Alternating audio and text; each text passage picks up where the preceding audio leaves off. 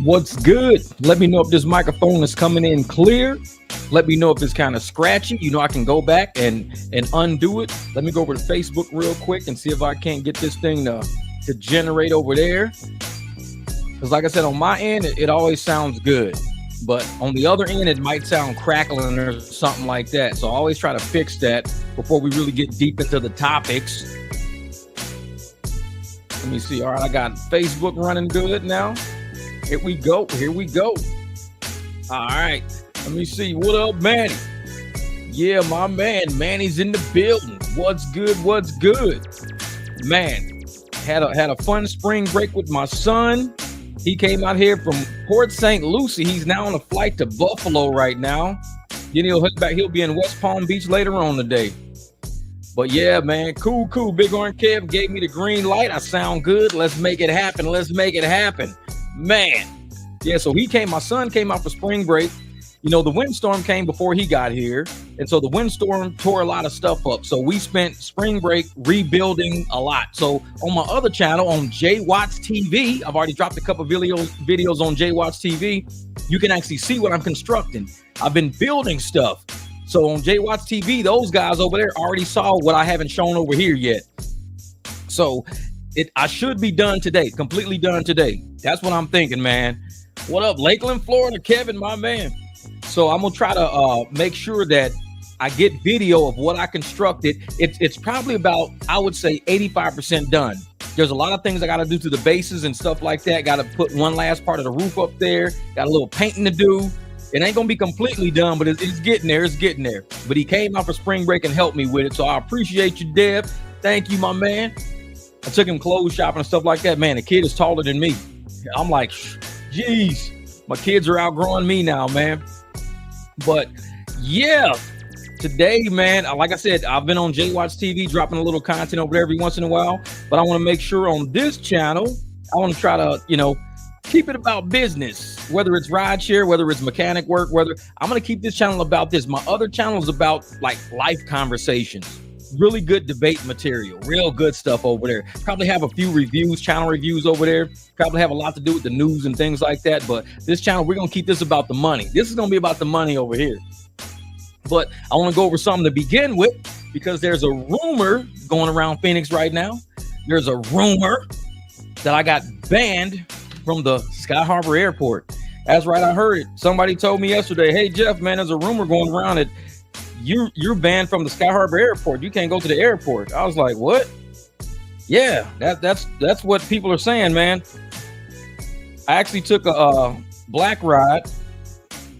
I'm gonna show you this because, like I said, I can say I'm not banned and just call it good. But here's that's an airport ride. I did that airport ride on the 20th, March the 20th. So this was at 1:34 in the afternoon. That was an airport ride, $36. It was 8 miles. 8 miles, started about $4 a mile. Took 27 minutes. So it basically $70 an hour, about $70 an hour. Just a Lyft black ride to the airport. So for all the haters out there lying about me here in Phoenix right now, saying that I'm banned from the airport, trust me, man, people start the weirdest rumors, man. They will start. I don't do airport because I don't like to do airport. I do privates. I don't like airport because I don't think it gets paid enough. This is 8 miles, $36. Not bad, not bad. $4 a mile is not bad.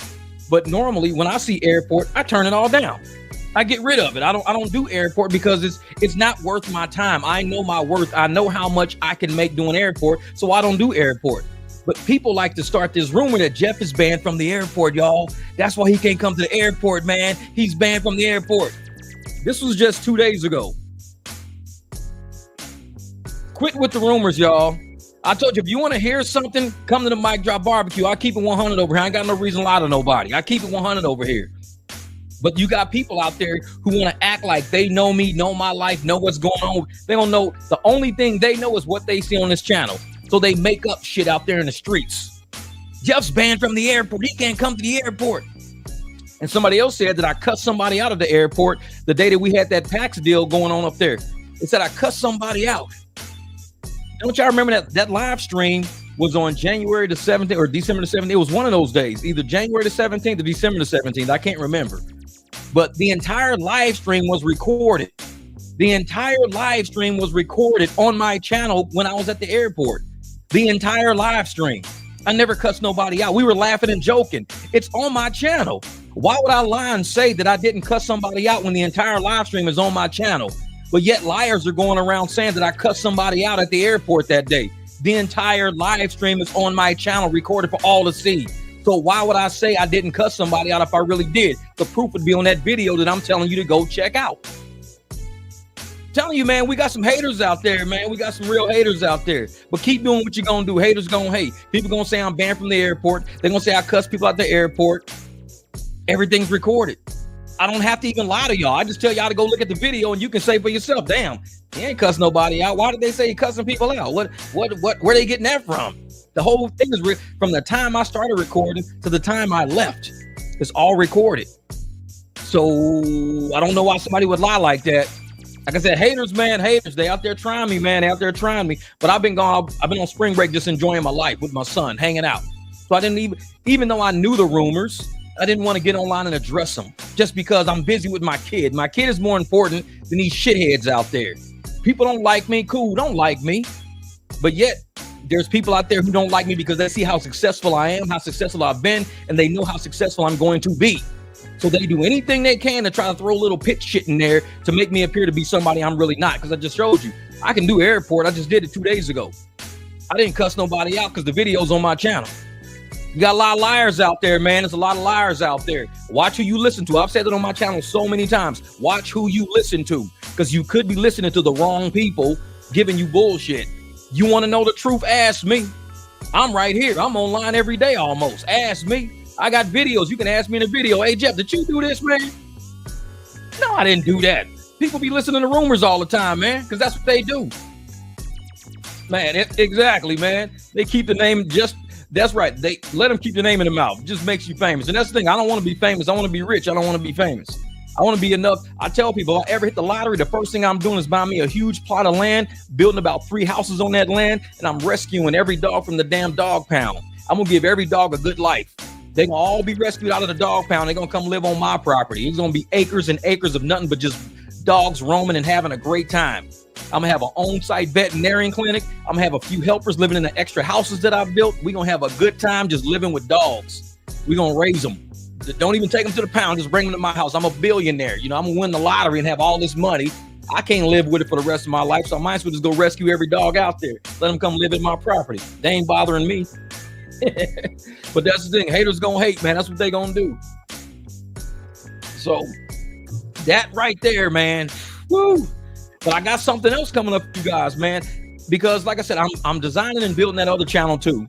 And that's gonna be for something that, you know, how my live streams kind of go off course a little bit. We're gonna keep these live streams lined up and streamlined to be more about, you know, what we do in business over here, how we can be contractors better at what we do. The other channel is gonna be my off-track shit. It's gonna be my off-track shit over there. So I'm gonna be dropping some live streams, and they're gonna be called Lunch with Jeff and wait a minute, Daniel. That's what it was. It was Lunch with Jeff and Daniel. And so what we're gonna do is we're gonna do live streams from lunch, because me and Daniel, you know Daniel Sidler, he's the CEO of PAX, and we have some conversations because, you know, I used to be an old school executive. I work in sales and marketing and shit like that, so we talk a lot. And he's like, man, this whole conversation should have been a live stream, dude. This should have been a live stream, man. And I'm like, dude, I talk like this all day, every day. And he's like, man, this should have been a live. Everything you just said should have been on a live stream. So what we're going to do next time him and I have a conversation, we're going to have lunch, and we're going to have this microphone, laptop, cameras. We're going to everything set up. I got 2 phone calls to make. So we're going to have it either from Castro's or from downtown, because I got 2 restaurants that's allowing me to have live streams from their actual bar location restaurant. So me and Dan, we're going to actually have live streams as we have lunch and as we talk and as we create synergy between ideas of direction of PAX and where this thing is going. And you guys get to listen in, chime in, talk, ask questions directly to the CEO. You know, David Risher, he ain't gonna do it. Darren's not doing it. You don't see CEOs of apps sitting down with drivers, having lunch with podcasters. 100%. They will make a video because they need an edited video. Most of these CEOs need an edited video. With me and Daniel, there's no edits. This is gonna be live. You never see, like, CEOs go live and actually answer questions from the chat. We saw David Risher go live on Rideshare guy, but he didn't answer the chat. The chat was asking questions and they ignored the chat. So they was better off just like recording that shit. They shouldn't even have it on a live stream. They could have just recorded it. So what we're gonna do is have it live to where we answer questions in the chat about everything. You got a question, bam, the CEO is sitting right there, ask it. And most likely, we're not gonna get to every, what up, Larry? We're not gonna get to every question, but we should get to quite a few because we'll be having lunch and we'll be talking about, the direction of everything. So this is what, after my spring break, my new, rush of energy. I've been off YouTube for almost a week. I've been dropping a little stuff here and there, a couple of TikToks, some YouTube stuff, some Facebook stuff. Been trying when my son's been sleeping or doing whatever. So I tried to keep the channels fresh, but I knew I was going to come back with some new energy, especially with the new channel I'm running. I'm coming back with the new energy. And when people stream all day, I would, but I got 2 or 3 private clients to do today. I got to make money. I'm a driver too. I mean, the other day I made what? $100 in 15 minutes. I was running $400 an hour. $400 an hour. Imagine if I did 4 hours of live streaming at a rate of $400 an hour. That'd be $1,600 I get paid for a live stream. I don't get paid to live stream like that, so I get my ass off this live stream. When I got money out there, I go get this money. Like I said, it don't pay me to sit here all day. And I just built a whole front carport. Cost me $300 in wood plus all my time. I got to go make that money. So when I make that money, then I can come back and live stream. I can't just let my life go down in a hole live streaming all day. So I'm out there trying to get money, man. Just set up all the cameras in your car to stream that too. Oh, I would actually set up cameras in my car to stream, but y'all know me, I'm real. And I'm a little too real for a lot of people out there. I mean, me and my clients, we have real conversations. We don't talk about the weather. We don't talk about surge. Man, we talk about everything from drugs to Vegas to life to kids to, man, we talk about everything. There's no way I can stream from my car. Impossible. My car is like therapy 101 for people. And I'm not about to stream everybody's issues. We have a good time in my truck. Just know when we ride, we ride. That is not streaming material. That's like real life happening in my truck when we cruise. So Uber and Lyft, I know they hear it all. And they probably like, damn, this dude, he cool with everybody. They talk about everything in his truck. Like, yeah, that's why I want y'all recording my shit, man. So these are people, sometimes it's like a confession booth when they're cruising in this truck. They just want to get it off their chest. They don't want this shit being repeated 5 times. Like, no, they don't want to hear all that. So when I stream, it's more manageable because it's just me. It's something I can control me. I can't control other people. I don't even want to control other people. So if somebody was to say something that was off or left or right, and it's on a live stream, I can't tell them to stop because they already said it and it's recorded. Now people can go back and screenshot it, record it, and now it's done. This is when being real goes wrong. Cameras on the outside. I know it. So it's like, no, I would never record nobody like conversation. I would record me all day, but other people, I wouldn't do it. I wouldn't do that to them. I hate like when people do these little sneaky cameras and they be recording people all the time and they put it on the internet to get a reaction. Man, I'm too old school for that. I'd rather not deal with the camera and deal with the person right there in real time if I had an issue with them. Everybody's recording each other fighting and arguing and weird stuff at cash registers. It's like, man, that's all for attention. I don't like that. It's too much real stuff going on that could really ruin somebody's nursing license. It could ruin their job, their career, and you don't maybe want to take it that far. Because once social media gets a hold of it, I mean, you could probably ruin somebody's life for having a basic conversation. They might be talking, laughing, joking, and we could be having a conversation about the N-word or something like that. White person to me having a conversation about the N-word, and next thing you know, they end up losing a job, but I don't lose my job, and we both saying the exact same word. But because I'm black, I'm automatically guaranteed to keep my job by saying it, but because they're white, they're guaranteed to lose their job saying it. I wouldn't want that to happen to nobody, so I don't record stuff like that. And yeah, white people have said it. I've said it, and I'm black. It's just a word. I know what it means. We know where it comes from. We're not stupid. But it's like, we can't even have that conversation because they're going to be deemed as being racist just for having a conversation about it. And it's like, but we're having a conversation about it. We're not, I mean, they're not using it in a derogatory sense. We're having a conversation about it, the origins, the meaning. And because of that, they get deemed as being racist and lose their job. That's why I can't, man. I don't deal with public like that, man. I don't deal with the public like that. Is it, if they don't want to say it, why did they make it the best part of the song? Exactly. I say, if you buy that word, if you buy the music, you should be able to say every lyric. If you can't say every lyric, But as you can see, when I rap, in all my raps, I don't say that. If I could say a cuss word every now and then in my rap, probably, but I will not use the N-word in none of my raps because I don't think it's artistic. Because I would want somebody to be able to sing every word I say, no matter what. So if I'm starting to throw the N-word around every other word, I mean, nobody can really say that. So they're gonna be skipping over words and going and doing this and acting stupid. Like, I was like, you know what? So when I rap, I don't use that word because I think I could be more articulate. I mean, I got a bachelor's in accounting. I am a very articulate person. I don't have to resort all the way down to the bare minimum logic of intelligence of like third grade and just say the N-word every other sentence. I mean, it doesn't do much for me. It really don't. I can come up with some more articulate words, more creative, and just do it like that. Not saying that people that say it is not, I mean, Nipsey Hussle says it, but it's like, and I'm a Nipsey Hussle fan, but that's just how he raps. That's his thing. But he adds other like dimensions to his raps that make his raps even more better. But some raps out there are just pure trash, just trash. And all of them talking about killing each other. I'm gonna spray you, I'm gonna kill you. I mean, why does rap gotta be so violent? Why is it gotta be so, why can't it just be like, just energetic? Just let it be energetic, let it be hype, let it be hype, let it be something other than violent.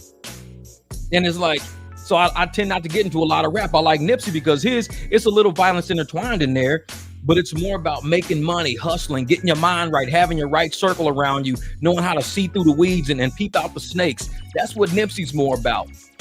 But there's some people, they don't even rap like that. They just rap about, I'm just walking to the place, I'm gonna spray up everybody in the face. My crew is the sprayers, we the killers, this is what we do. We blow up your car, we kill your mom and your kids at the same time. And that's the whole rap. That's the whole rap. It is like, what are you talking about? I'm just mad. I just want to kill everybody, man. I'm just mad. It's like, I don't get down with that. It's like, I'm cool with that, man. I can't do that. So a lot of rap I don't deal with. Not, like I said, all money ain't good money. All rap ain't good rap. Some rap is just trash. It's just what it is, just straight trash. But some rap out there I really do like my man It's X Music. If you go to It's X Music, he is probably he's like one of the new lyricists. He's been out for probably about 10 years, but his music's not really mainstream.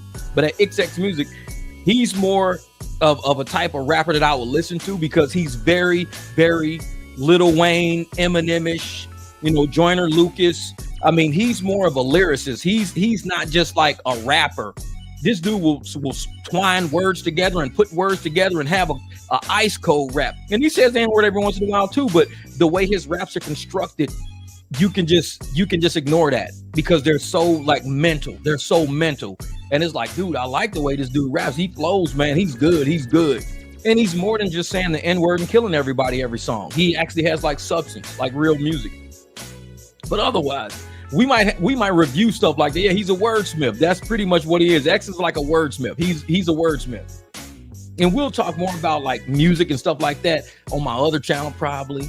This channel is just bigger, but I want to make the other channel just more rounded, more well-rounded. Because there's a lot of people who come to rideshare channels, real talk, and they're very closed-minded. They're shallow. And it's not to say that rideshare drivers are shallow, but sometimes shallow people tend to only want to be a rideshare driver or deliver hot dogs and shit like that. More intellectual people want to have true intellectual, conversation. And sometimes I can get too intellectual on this channel, get too much debate on this channel, and I lose people because you got to remember, we're dealing with people who deliver hot dogs and chase surge all day. They're not really true intellectuals. Every driver out there has not been an executive before like me. Every driver has not been a business owner like you. You've been a business owner before. You read financial statements. You go through P&Ls. You might do that, and now you do rideshare. You got to realize some people, all they'll ever do is this because they're probably not intellectual enough to do anything that can generate the exact same amount of money. You can make $50 an hour doing this, $60 an hour doing this, $40 an hour doing this. But if you say, okay, we're going to have you do a W-2 that's based on your intellect, they'll be back to making $15 an hour again. It's just what it is. Like I said, I keep it 100. A lot of people can't deal with my truth. I keep it 100. There are people out here getting paid, and the executives at these rideshare companies know that. We're paying people above their means.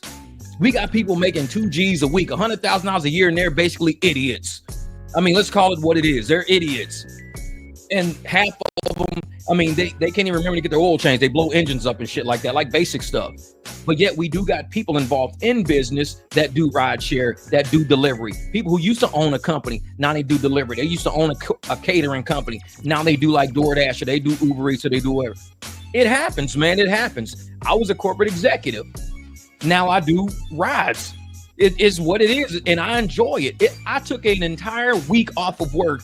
I did my privates, and I was coming back, and I was coming back from doing my private at the airport, and I got a ping. I'm almost home, and I got a ping right around the corner from my house. So I took these guys to the airport, which is funny because the guy's name is Ross. Check this shit out.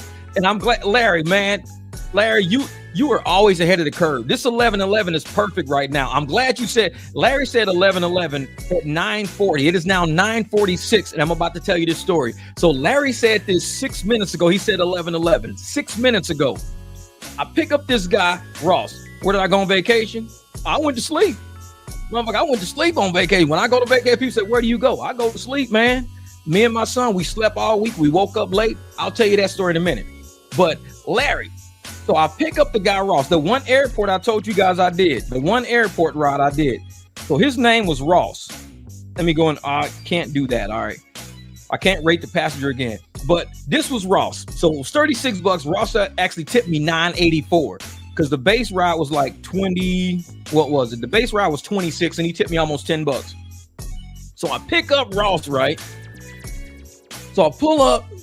He's got a suitcase, and it's at a building. I've been to this building before. It's right on the corner from my house. I've been in this building. So I pick him up, corporate office. 4 guys come out. Everybody's got luggage. So he comes out, gets in the car. Everybody gets in the car. Now on his app, it says, please don't chat, because they can put that, please don't chat. So apparently a lot of drivers try to chat with him, and they're not on his intellectual level. Very sharp guy. This guy's very highly intellectual guy. All these guys are young corporate guys like I used to be. Really young, all corporate, doing corporate flights, flying around doing corporate shit. I was the same way when I was their age, when I worked for Caesar's Palace, when I worked for Stratosphere, when I worked for Lions Gate, and when I worked for Diamond Resorts. I was always flying all over the place too. Same thing.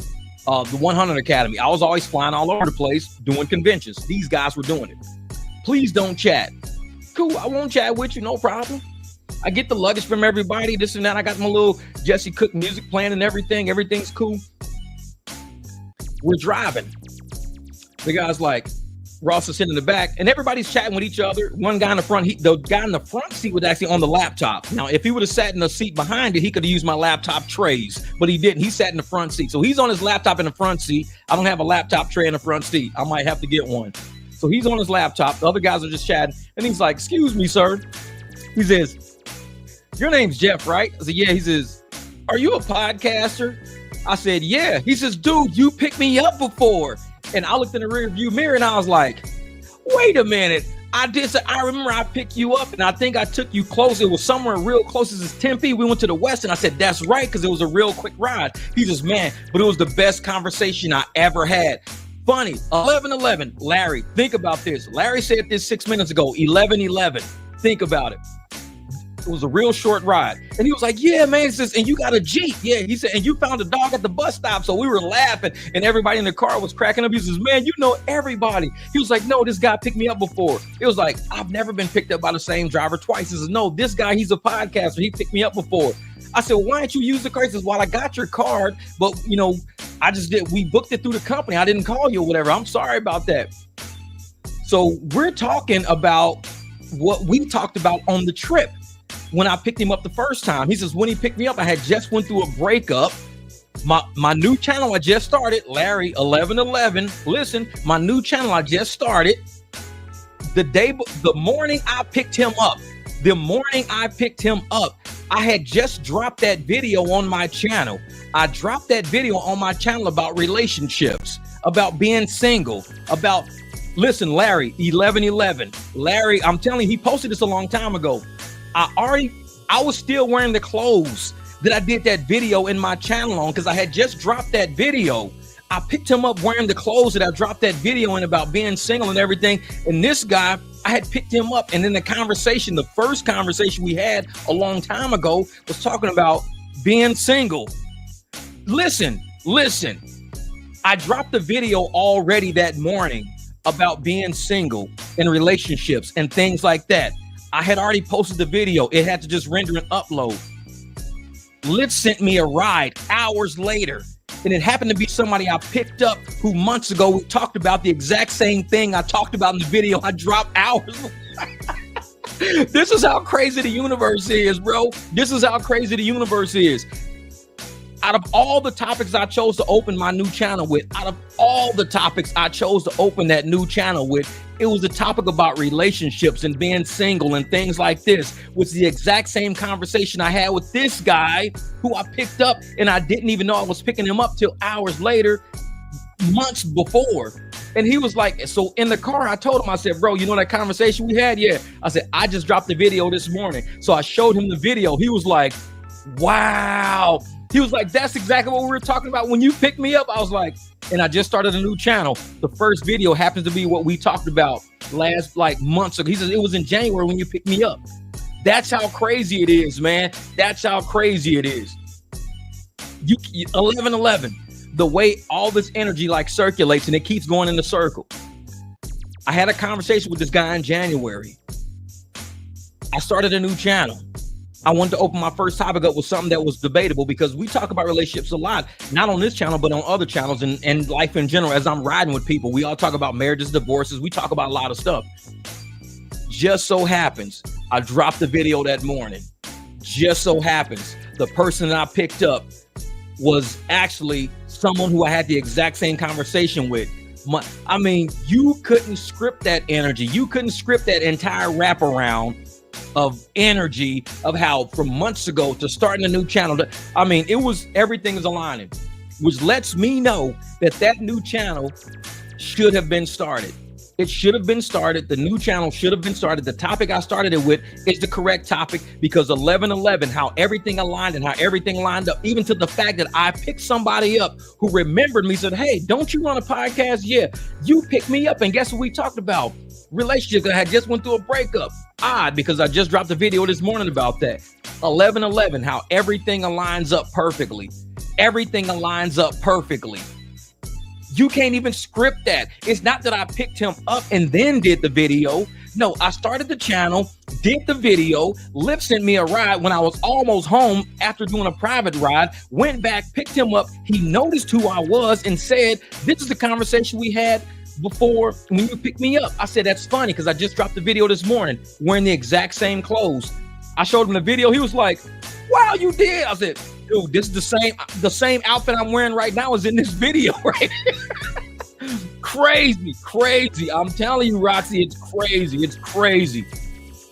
And I'm like, I just, when I tell people about 11:11 and this big tattoo I got on my arm, the reason why I have an 11:11 tattoo is because things like this happen all the time. Almost like my life is scripted.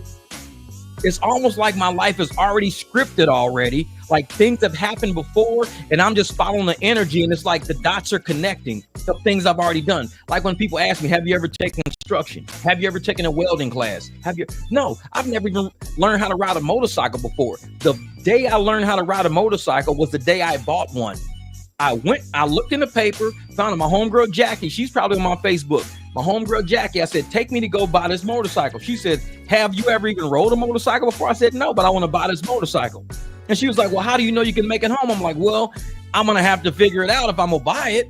So Jackie, who's on my Facebook, she put her kids in the car, got me. We drove all the way down Boulder Highway in Vegas. And I bought this Ninja 250. And I asked the lady, how do you change gears? And Jackie is sitting there like, oh my God, this guy's going to kill himself. And I was like, well, how do you change gears? And she was like, have you ever rode a motorcycle? I was like, no. I said, but I learned fast.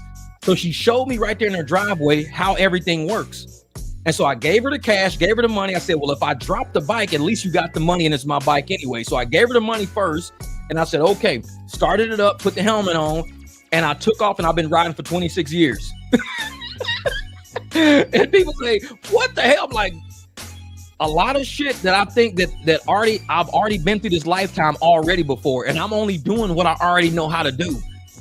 So when people say you've never welded before, the first time I ever welded was the day I started welding, and I really welded something. It was like, how do you know how to weld? I'm like, I don't know. I just went out, I bought a welder, and I just started welding one day, and it worked. To do construction, I just start building shit. I got saws, I got equipment. The first time I ever changed a transmission, I took one out, rebuilt it, put it back in. And they're like, how do you know how to do this? You never took a class, nobody ever taught you. I said, no. I think I was somebody else before this lifetime, and I'm just following the energy, man. I think I was somebody else, and this is what I'm living. I'm living exactly what I believe in, and it's just working. Shit just works out, man. It just works out. Say, hey, great story, Jeff. I haven't bought a bike. Man, that's the thing. The day I learned how to ride a bike was the day my homegirl Jackie, she took me there, and I bought that Ninja 250, and I've been riding for 26 years. And it's like, man, I don't know. I just said, okay, how does this work? She says, well, this is the brake, this is the clutch, this is this, and blah, blah, blah. I said, okay, you shift the gears down here. I said, okay. And she just started. I said, all right. I said, well, here's the money. And we did all the little contract prep. And she just looked at me. She's like, you really going to just take off? I said, yeah. I said, I just bought it. I said, I got to figure it out now. I just bought it off of you. I got to figure it out. So I clicked it in gear, click. First gear was down. And I just slowly, and I knew how to drive a stick shift. So I just let off the clutch, took off. Been riding for 26 years. Never looked back. What's that? It's called didactic. I don't know what didactic is. We'll have to look that word up. Didactic. I don't know. Jeff like them unks in the hood, jack of all trades, no formal education. Yeah, man. The day I started laying concrete, I was up in Iowa. And I met this girl, Jerry Hall. At the time, Jerry was, I think she had just got out of high school. I was like a freshman or a sophomore at Drake. And she had just graduated high school. Her and her girl, Danielle, was driving through the neighborhood that I was actually working in. I went to a construction company. And I told these guys, I said, well, I want to work with you guys. It was like, have you ever laid concrete? I said, no. I said, but it's easy to learn. I'm like, I see what you guys are doing. You just setting forms. You're doing this. So they hired me on the spot.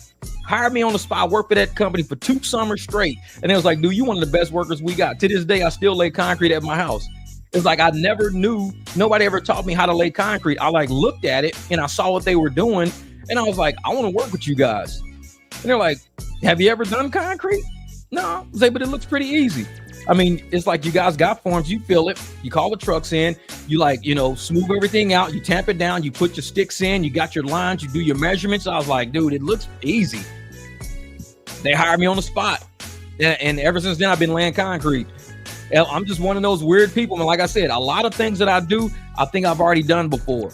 And it's like a lot of the tech, and it's funny because I do manual things. I do things with my hand, but I don't like to do anything that's technological, like digital things. Because I don't think I was alive during the digital era. I think I was live like a long time ago during the pyramid era.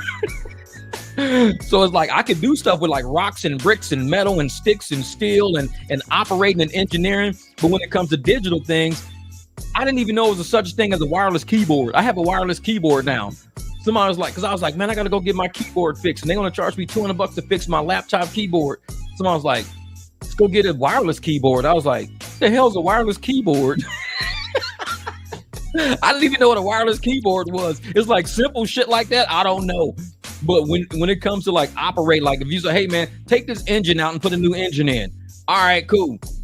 I'll just take a motor out and drop a new motor in. Dude, how did you know how to do that? I'm like, it's plug and play. You see where everything bolts, everything brackets, oil and coolant have to flow through hoses. So dump all of that, make sure none of that's in, undo wiring harnesses, undo motor mounts, take the transmission off. You got to take the transmission off the bell housing. You get it out. I mean, as long as you have a way to pull it out, just pull the engine out. And I've always been like that mentally, but I was never taught that. It was just something that I just knew. Like I could just look at it and just know, almost like I've done it before. It's like, man, I don't know, man. It's crazy. But I harnessed that energy, man. I harnessed that energy a long time ago. Seriously, appreciate that, brother. Since you could have won the media, you have a very good personality for it. Very few people have that. I don't know, man. I don't know. Media, and that's the thing about corporate. I never fit in corporate. I could go into regular media, but not corporate media because I never fit into corporate. I was always smart enough. I had the degree. I knew accounting, I knew financials, I knew finance and marketing. I did all the classes. Good student when it comes to academics, but I was always a little hood. And I think that kind of affected, the way I dealt with corporate America. Corporate America wasn't too used to hood back when I was corporate. Now you got a lot of hood people in corporate. Hood rats, they're like Congress people now. Hood rats is nut. Like that Jasmine Crockett, she's a hood rat. But it's like back when I was corporate, nobody was used to it yet.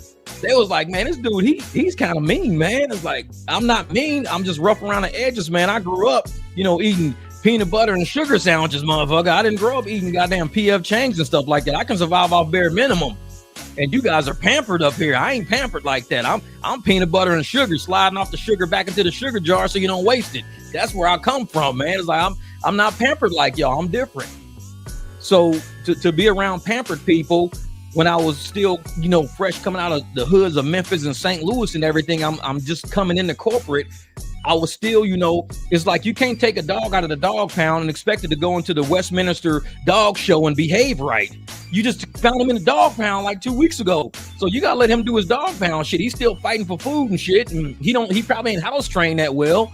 But it's like now you put him in the Westminster dog show, asking him to prance around like this. He ain't going to be prancing around like that. You found him at the dog pound. Which is why I don't mind my dogs. All my dogs are all rescues and ain't none of them got training. You say sit, half of them will sit, the other half will lay down, the other half just look at you like they don't know shit. So it's kind of like me. I grew up like that, so that's why I tolerate my little dog, Sika, the little pup. You can tell him to sit. He won't even sit. He has no idea what sit is, but I allow him to be himself. He's a young dog. Cool, knock yourself out, whatever. But that's how I was in corporate. But nobody understood me. And they kept trying to form me into being something that I wasn't.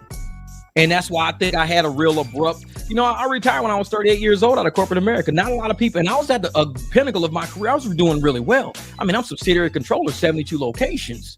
I'm doing financial statements. I'm at all the corporate meetings. I'm flying all over the country. I was at the top of my career when I put the keys on the counter because I just couldn't deal with the mentality of corporate people. I just couldn't do it no more because, like I said, I was from the dog pound. I'm from Memphis and St. Louis. I'm from the streets. And you're trying to make me to be this corporate guy wearing suit and ties every day. And I don't feel like I'm a suit and tie guy. I'm just not that. So even on days when Saturdays you come in, you got to wear a suit and tie. Why can't I just wear sweats on? No, we're not dealing with nobody. We're sitting in the office running pay. Well, we want you to wear a suit and tie. Now I think you power tripping. When you tell me to wear a suit and tie on a Saturday, you power tripping because we ain't even meeting nobody. We us by ourselves up there. And you tell me to wear a suit and tie. You can only do me like that so long, and I'm gonna start saying I think this shit's a whole power trip. Corporate is a power trip, so I just got out of that shit. I'm done. All money ain't good money, and it's weird because in corporate I was paid salary. So the longer I worked, the more hours I worked, the less per hour I got paid. Now that I do rideshare and private rides, I can make like $400 in an hour. I would never make $400 an hour in corporate, ever. I could do that shit now on my truck. So I tell people, it's like if you want to make money, invest in business. Do this shit yourself. My son, he says, look, you could be done comedy or a TV show, be able to host more than 60 minutes is tough. There is never dead air time. We got a lot to talk about, Serious Black Thought. We got a lot to talk about. That's why. It's hard to have dead air in a world of information. If somebody has dead air on a live stream and they can't talk, that means their brain stopped functioning at some point. They're brain dead. I'm not brain dead. My brain is functioning every second of the day. If I'm awake, my brain is going. When I was young, people used to wonder why I smoked weed when I was young. I would smoke weed because my brain would always go. I'm always working on numbers. I'm working in accounting. I'm working on financials. I smoke weed. It slows me down and I could take a nap now. I wake up. I'm recharged. My muscles are all relaxed. I'm good. I'm like, all right, let's rip and roll. Let's go. But if I didn't smoke weed, I was always at that level. I was in Vegas. I was on that level. So I would have to smoke weed to get me down so I could at least go to sleep. Wouldn't have to worry about numbers going through my head. Wouldn't have to worry about financials, emails, none of that shit. Smoke weed, go to sleep. Now, I don't have to smoke weed because I don't bother with nobody. I live here. I could shut my door. I could turn my phone off. Nobody bothers me now. So now I don't have to smoke weed. Now my life is weed now. Mushrooms is way better. Mushroom is way better. And the thing is, I was telling my son, I was talking about starting your own business. I was telling my son, because what him and his buddies want to do, they want to do power washing. They said, Dad, there's no power washers in Port St. Lucie because we could power wash driveways. We could power wash all the trash cans. We could power wash everything. So I was like, well, y'all need to get a truck, get you a trailer, get you a water tank, get you an air compressor. And so I was telling them how to get an LLC. I said, well, first thing you want to do is you want to check the Florida State website for whatever business name you come up with. Make sure nobody else has that business name. Just check the business name files. And if that business name is valid, if it works, then buy the business name. Create the fictitious business name. So now you got a fictitious business name from the state and it's filed with the state. You can now go get your liability, start looking for liability insurance, start looking for equipment, start getting all your costs lined up, get your bank accounts lined up, get everything lined up on paper first. Don't even do anything. Get it all lined up on paper and then see if it's feasible. So if you guys want to do it, if it's feasible, then go for it. The MFS LLC, motherfuckers, yeah. Exactly, motherfuckers, yeah. Man, that's funny shit. Zick said, first is a suit on Saturday, then entertain to eat boiled eggs for lunch and how many times to chew it. Definitely a power trip. Exactly, Zick. And see, the thing about me, I'm way too easygoing, man. I'm too easygoing. And I've always been like that. I know, the people that are around me, they say I'm pretty regimented. I'm just organized. In my brain, I'm organized. Like even my son, he was here. He's 17. He's got his driver's permit. And this is how organized I am. He's got his driver's. So I'm letting him drive the Beamer. I'm sitting in the passenger seat, letting him drive the Beamer around. I let him drive the Escalade one day. I didn't let him drive the big truck. That's my work truck. And I don't want to take a risk on him wrecking my work truck. That's my money right there. So he did move the work truck for me. He moved the Escalade around. He moved it. The Expedition. He moved it, parking it for me, moving it back and forth and stuff. But as far as hitting the streets, I didn't let him do it. And we drove every day from about 11 o'clock p.m. to about 3 o'clock in the morning. That was the time frame I said we'll drive from 11 p.m. to 3 in the morning in Phoenix because there's nobody on the streets. And I don't want you driving in heavy traffic because people in Phoenix can't drive. And I told him, I said, the average person is going to hit you. The average person is going to wreck into your car, probably had their license for about 15 years. The longer people have their licenses, the worse they get because they don't go and they get set in their ways. They get set in how they drive. They don't go back to refresh their drivers, like defensive driving. They don't take defensive driving courses. They don't go take, different courses to learn how to drive better. The longer you have your license, the less you pay attention. So anybody who's going to wreck into you probably had their license for about 10 years. That's just how it is. People who hit me be old as a motherfucker, be running into me and shit. So I was driving with him and I'm trying to educate him and I'm telling him how to stay out of curb lane because there's too much activity in all the lanes that are next to the sidewalks because you got people walking, cars slamming on brakes because people are walking. So the cars got to slam on brakes and they can't turn in. So the people ride the motor scooters. And if you're not paying attention and you're behind them, you're going to rear end them and probably push them in the people that are walking down the sidewalk. So stay out of curb lane. There's too much activity in curb lane. You got pedestrians to worry about and you got cars coming in and out of driveways. So always move a lane over if you can. Don't stay in the busy lane. Driving and cruising through the busy lane is nuts. That's the busy lane. You need to be in a cruising lane, center. So every night, even when it was no cars out, I had him, if I caught him in curb lane, I said, why are we sitting in curb lane, man? Well, oh, I'm sorry. Because it's already ingrained into people's brains, for whatever reason, to ride all the way over to the curb lane. That's the lane where all accidents happen. I don't know why people even ride in that lane. It's too busy of a lane to deal with. You got a lot going on. So he would get over. By the time his spring break ended, he was in the right lane. He was in center lane. He was doing good. Center lane or passing lane. I said, do not be in the busy lane. Do center lane is your cruising lane. Your left lane is your passing lane. And that's just a busy lane. A lot of shit happening over there. I can't tell you how many accidents we almost saw. Just me and him driving, seeing almost all these accidents happen in the curb lane. And every time I'll say, see what I tell you? As I guarantee that person probably had their license about 10 years. They still don't know better than not drive in that lane. They still probably drive in that lane every day, slamming on their brakes, and they haven't put 2 and 2 together yet. That this lane, nobody's slamming on brakes. That lane, nobody's slamming on brakes. This lane, everybody's slamming on brakes, and they haven't put 2 and 2 together yet. It's like, I'm gonna keep driving in the curb lanes. I don't know what this idiot's doing. Drive a block. I don't know what this idiot doing. Drive a block. I don't know what this is. Say, bro, you keep slamming on your brakes. Why don't you move a lane over and just cruise? Oh, I never thought about that. Damn. If I do drive in the lane, ain't nobody hitting brakes in this lane. Shit, this is a lot easier. Common sense. Why are you in the curb lane?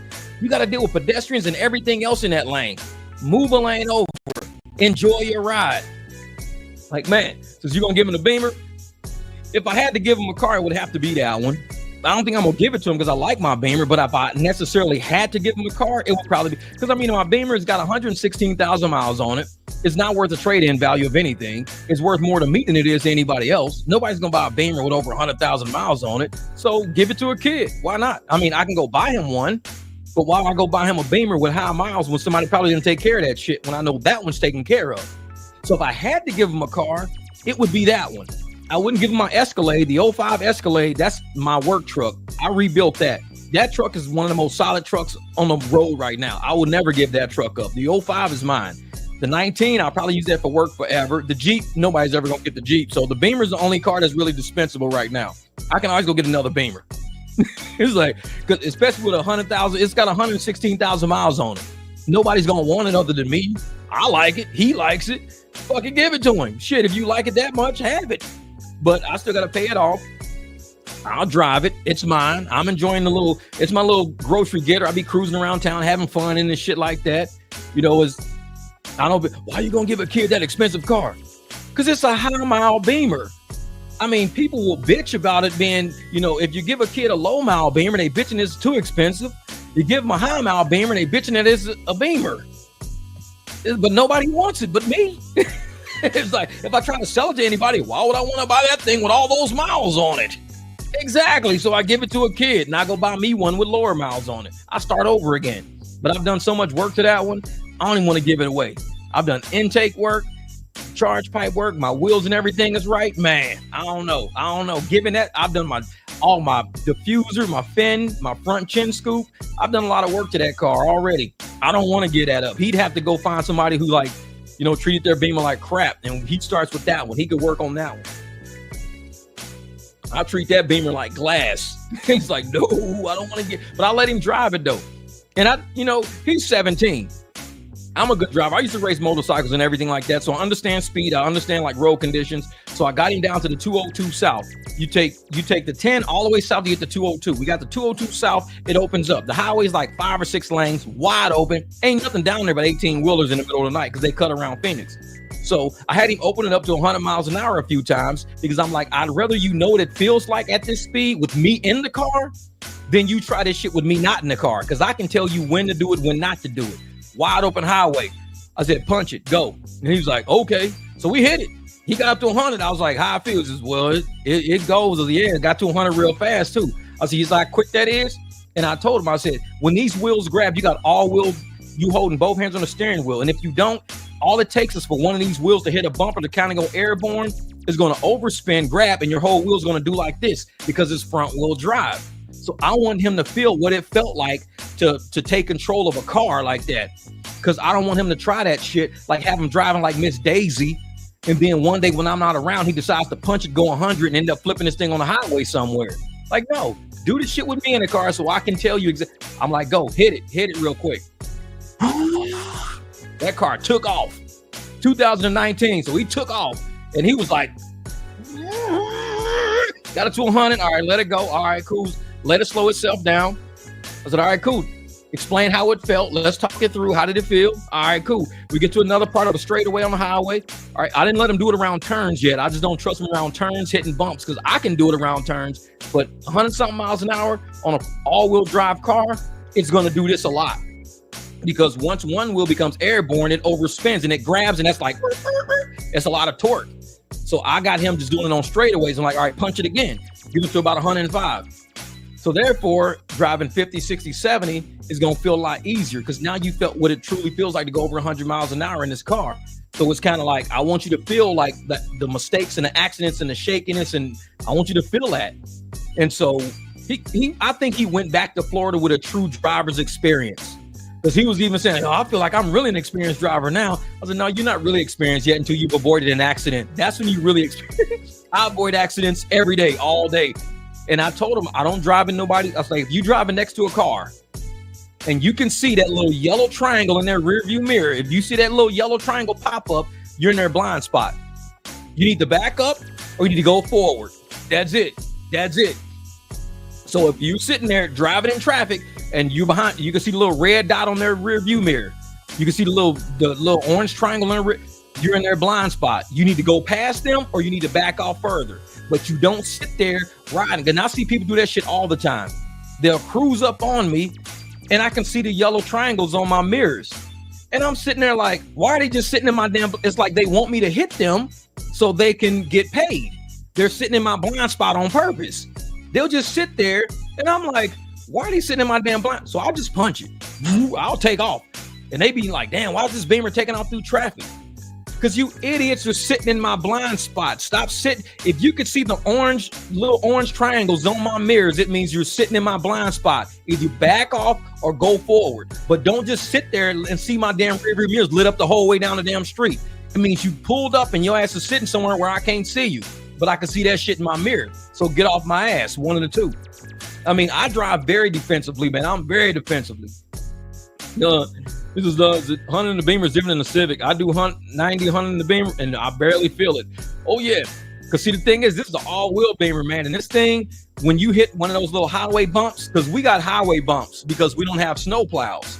In cities that got snow plows, they don't have highway bumps. We got highway bumps that go boop, boop, boop. So if you're going about 100 miles an hour and you're on the gas and you're creating torque, if your tire gets airborne, you're going to create torque to the point where it's going to do this. It's going to jerk. It's like, whoa.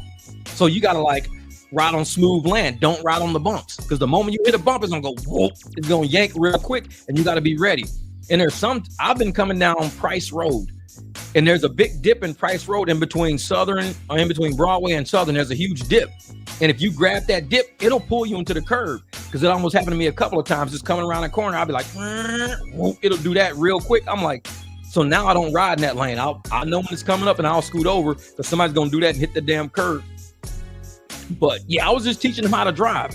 And us being professional drivers, especially on this channel, all the things I think about as I'm driving, I'm telling him, what up, Will?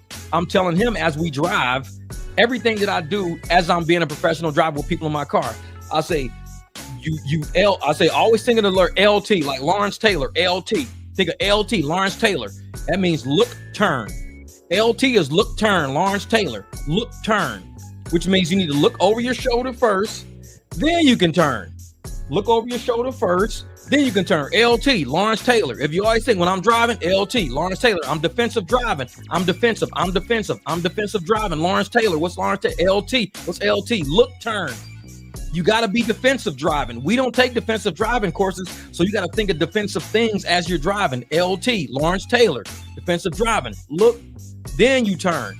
Too many people turn and they look. That's how you sideswipe people. There should be no reason why you sideswipe another car. Cars are big. You could see a car. I see cars every day that's getting sideswiped. They're big. You can't miss it. It's a big car. And some of these cars are bright colors. Some of them are trucks. So how do you hit that car next to you? You didn't LT. You didn't do defensive driving. You didn't look, turn. You did TL. You looked, you turned, then you looked. It's too late at that point. And I told him that. I said, if you do something before you react, you're going to end up hitting somebody and then saying, oh, I should have did. You can't undo it. You've already hit him. You can't undo it. So Lawrence Taylor, look, turn, defensive driving. Lawrence Taylor was a defensive player. Lawrence Taylor, look, turn, LT, look, turn, look, turn. If I'm looking up here and I see that I need to get on to the left, LT, look, turn left. If I see up here, I want to go to the right, LT, Lawrence Taylor, look, turn.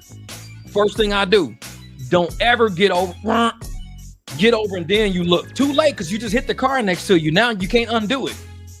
LT keeps you from smacking cars, man. LT will keep you from smacking cars.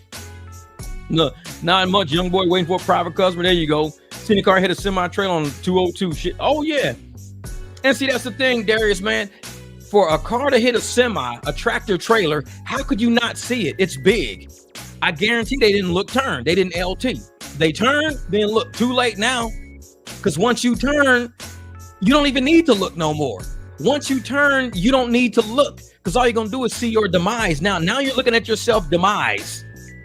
You look first so you don't have your demise. You look, then you turn, LT. But people are so impatient, they go, oh man, I need to get over. They get over, Then they look too late. Now you've already turned. You can't turn, look.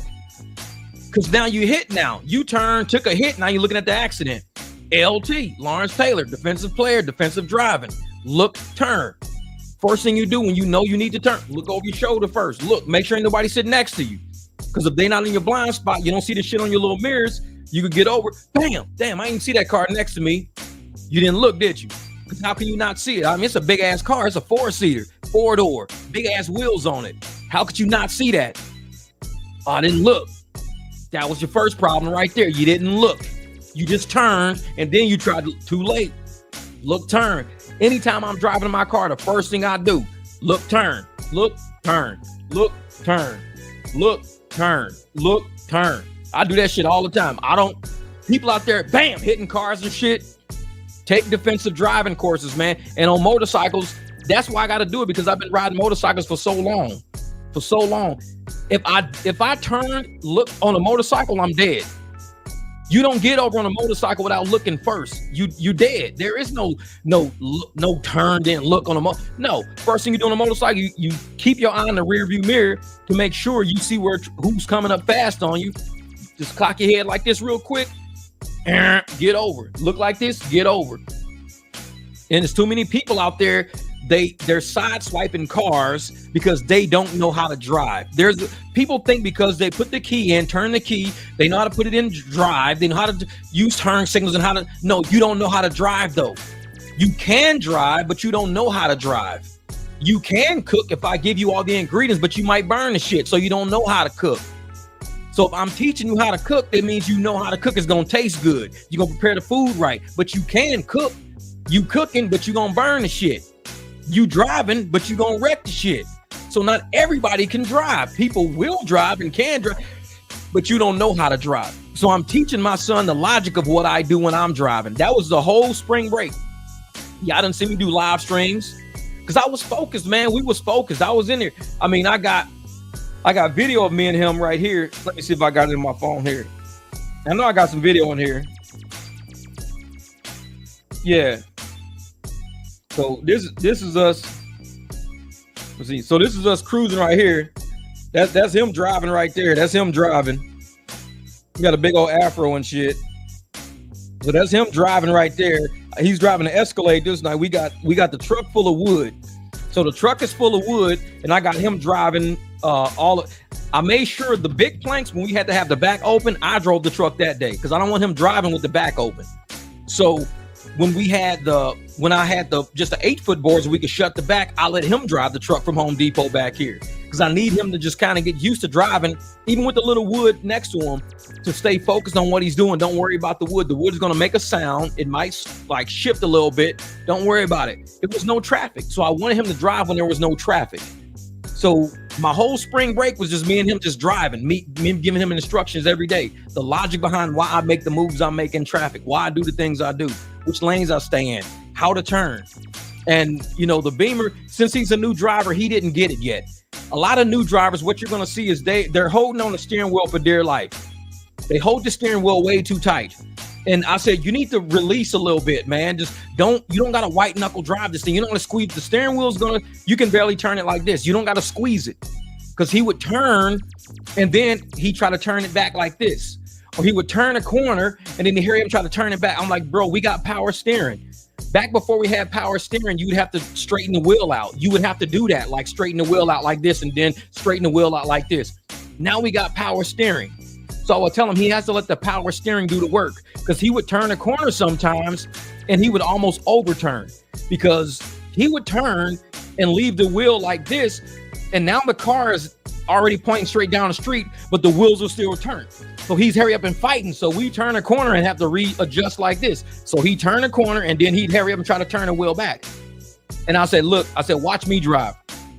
So I turn a corner. And when we got going straight, I just let the steering wheel go. I would let it go and just let it rub my palm. It would just rub against my palm as the wheels were straightening out. I'll say, that's power steering right there. I'm not even touching the steering wheel. I would turn and just, as soon as I let it go, the steering wheel would unturn and the wheels would straighten out. Then I'd grab the steering wheel again when it's straight. I said, bro, that's power steering. I said, so you don't have to fight the steering wheel. You're doing too much. You're doing this, you're doing this, you're doing this, you're doing all it. It's too much. You're doing too much. So I tried to teach him how to actually drive a car and let the car do the work. Let the power steering do the work. Let the wheels do the work. You know, let your mirrors do the work. Pay attention to all your signals and everything. I really wanted him to experience. And I mean, like I said, we would drive 3-4 hours a day. And one day I put in GPS. We were way down south. So I put in GPS. I said, I need to go to Blue Martini. It was like 1 o'clock in the morning. Nobody on the highway or nothing. Let's go to Blue Martini, way north. So we got on the highway, 101 north, got off the highway, got to Blue Martini. I set the GPS again, take me to State Farm Stadium. And I'm just sitting in the passenger seat. I'm just setting the GPS. And I'm saying, you need to follow GPS. I can't tell you where to go. The only time I told him where to go is when we're getting on over there on by, there's a left exit. It's not a right exit like normal highways. It's a left exit. And he was all in the right lane. So I had to tell him, we got to get all the way over to the left because there's a left exit. You wouldn't know that because you don't live here. I know that because I live here. So I had to tell him the left exit and everything. But other than that, he did good. He follows navigation. He was following the rules of the road.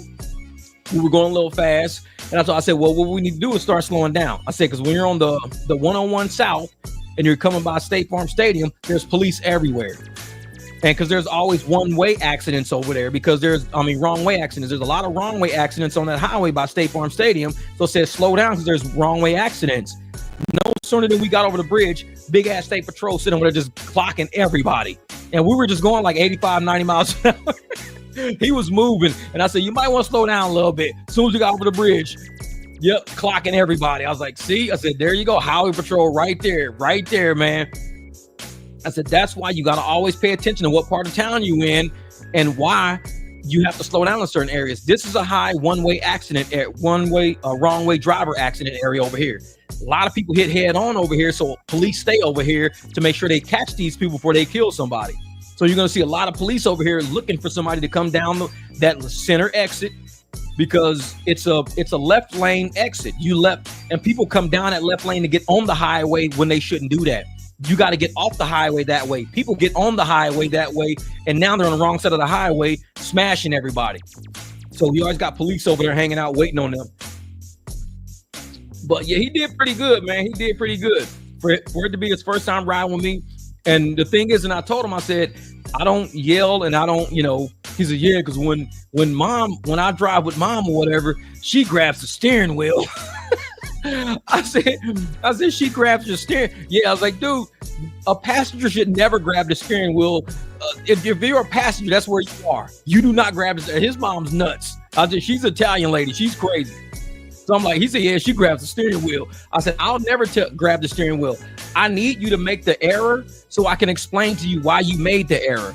Me grabbing the steering wheel is not allowing you to make the mistake. You have to make the mistake so I can tell you how to fix your mistake.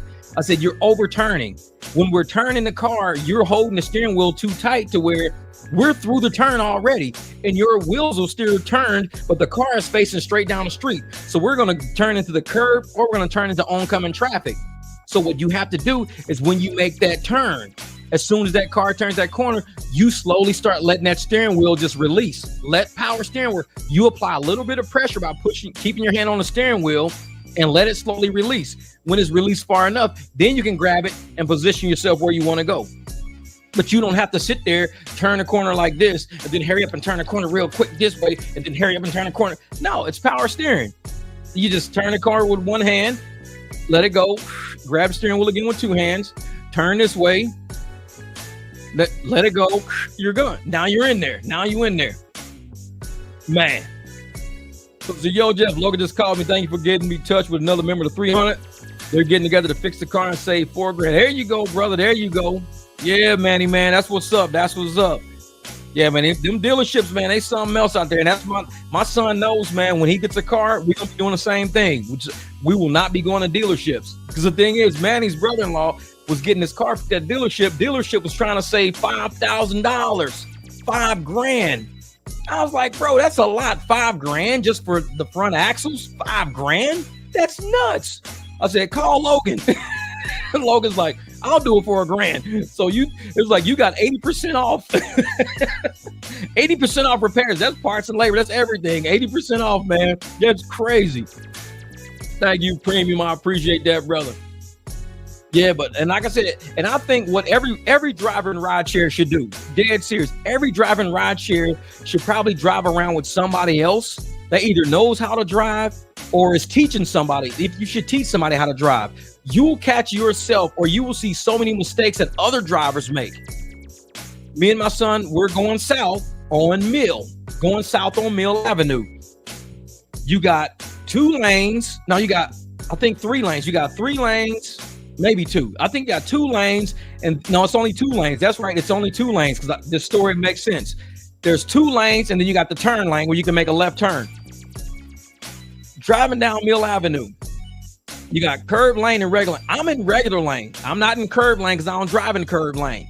I'm in regular lane, driving regular lane, and all of a sudden traffic is backed up. But curb lane traffic is flowing nicely, but traffic is backed up in regular. This idiot in the very front, instead of getting in the turn lane to make a left turn, he is sitting in the regular lane, making a left turn across 2 lanes of traffic. Now you have to move to the center line. You move to the center line, then you make a left turn. This idiot is sitting dead center of a street with his turn signal on. Got traffic backing up all the way down Middle Avenue. And I'm sitting, and I told myself, say, this right here is what I'm telling you.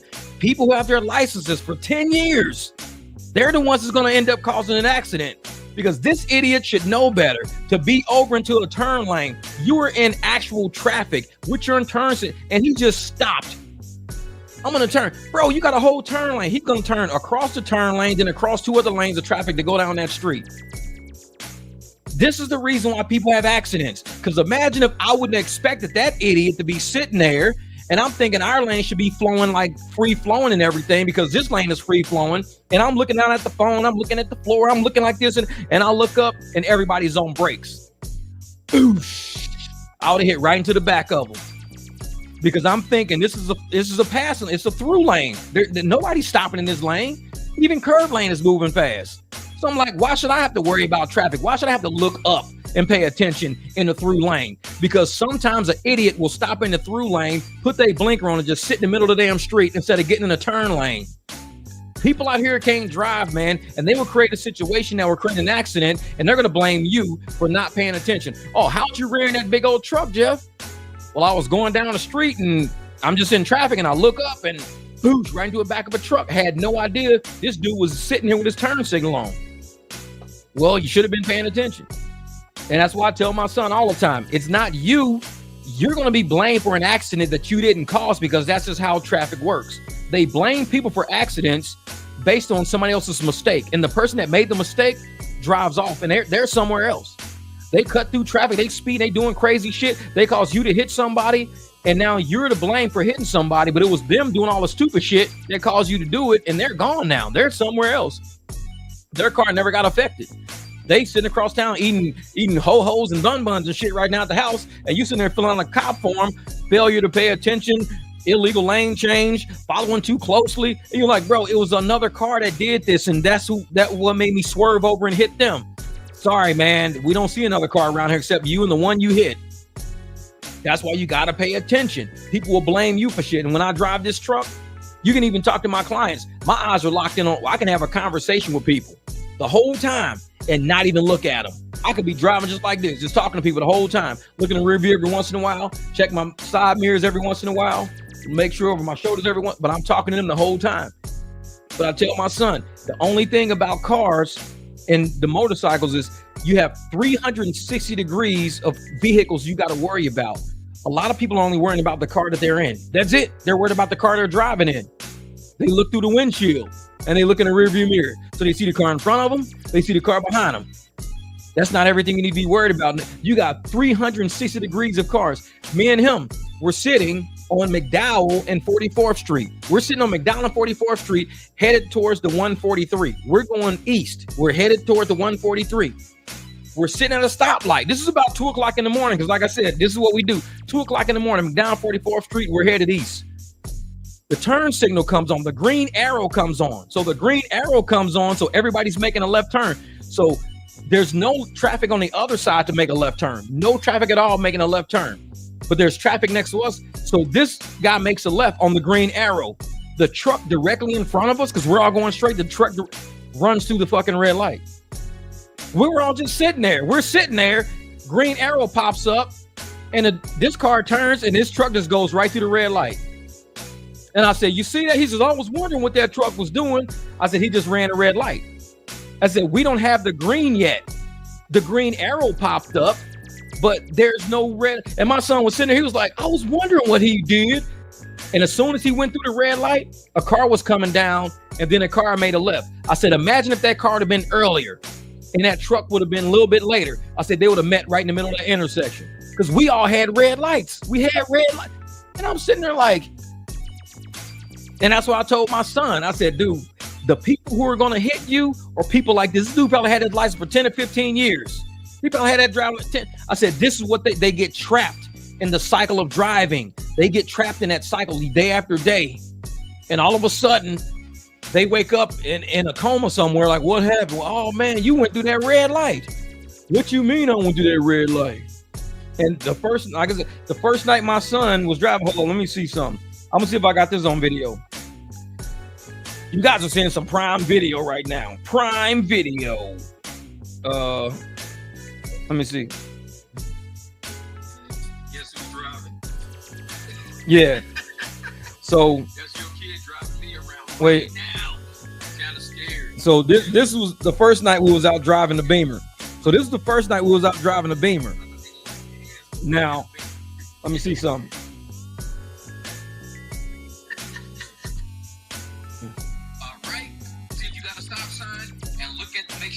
Hold up. This little turbo race car right here. Let's see. Listen to this. You got a stop sign. Stop. Bro, you got a whole fucking stop sign. You're gonna run it. Pay attention, man. Pay attention. Because if you would have ran that and somebody else would have been leaving, we would have smacked into him. Pay attention, man. So that was the time. That was the very first night we were driving. That was the very first night. He almost ran a stop sign the very first night. We were way down south in Chandler coming back north. And I think we were leaving like Ray Road or Chandler Road, and we were coming up like, let's say 40th Street. I don't know. We're way down south. And I'm just taking them places, just cruise. It's dead. It's no traffic nowhere. So we're just driving, and he's just driving. We come to an intersection. This dude is still going the same speed. I said, bro, you got to stop, man. You got to stop sign. That car said,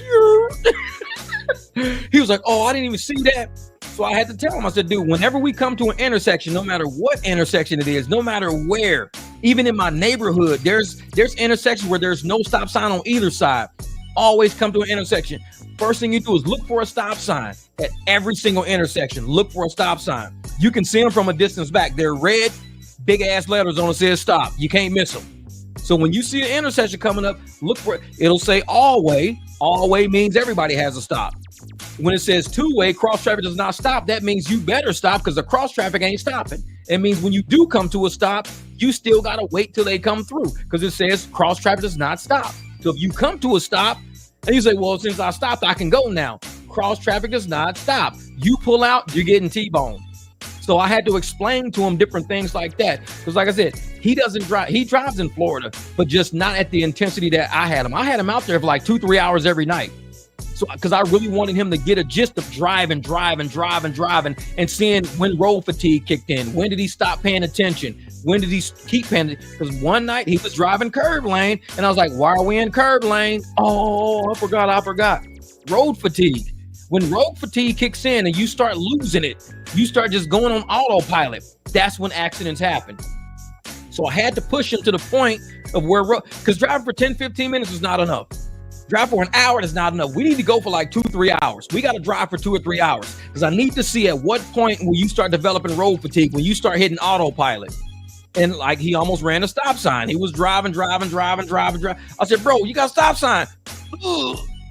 Like, yeah, I said, dude, you got to pay attention to that shit. Look at all, check every intersection. And I do that for him. And I got to make sure that I catch all of his mistakes and we discuss his mistakes. And I say, see, so this is the shit that's going to happen. You're going to be like listening to music, screwing with your phone, doing it. Road fatigue is going to hit. And that's when an accident, you can't undo an accident. Once you get a car smashed, that's it. There is, and you're going to be thinking of a million different things as you lay in a bed, as you lay in a hospital, as your car sitting in the front, leaking antifreeze, smashed up. A million things going to pass you on. Man, why did I take that road? Man, why did I not pay attention? Man, why was I on the phone? Man, I didn't have to send that text message. You're going to have a million reasons of how you could have prevented an accident. So as you drive, think of those reasons. Like people will tell you, I don't text for hours at a time. If I text you, I'm either at a stoplight or I'm in a parking lot. But if I'm driving, I'm cruising, I don't answer my phone and I don't text people because I don't want to total out my car. If I total out my car, I'm out $30,000, $40,000, $50,000. And whoever's on my phone ain't gonna give me that money. So I gotta think, Jeff, you in a car that you gotta pay for. Focus, pay attention. You're operating a vehicle right now, an expensive vehicle. You got people in the car or not.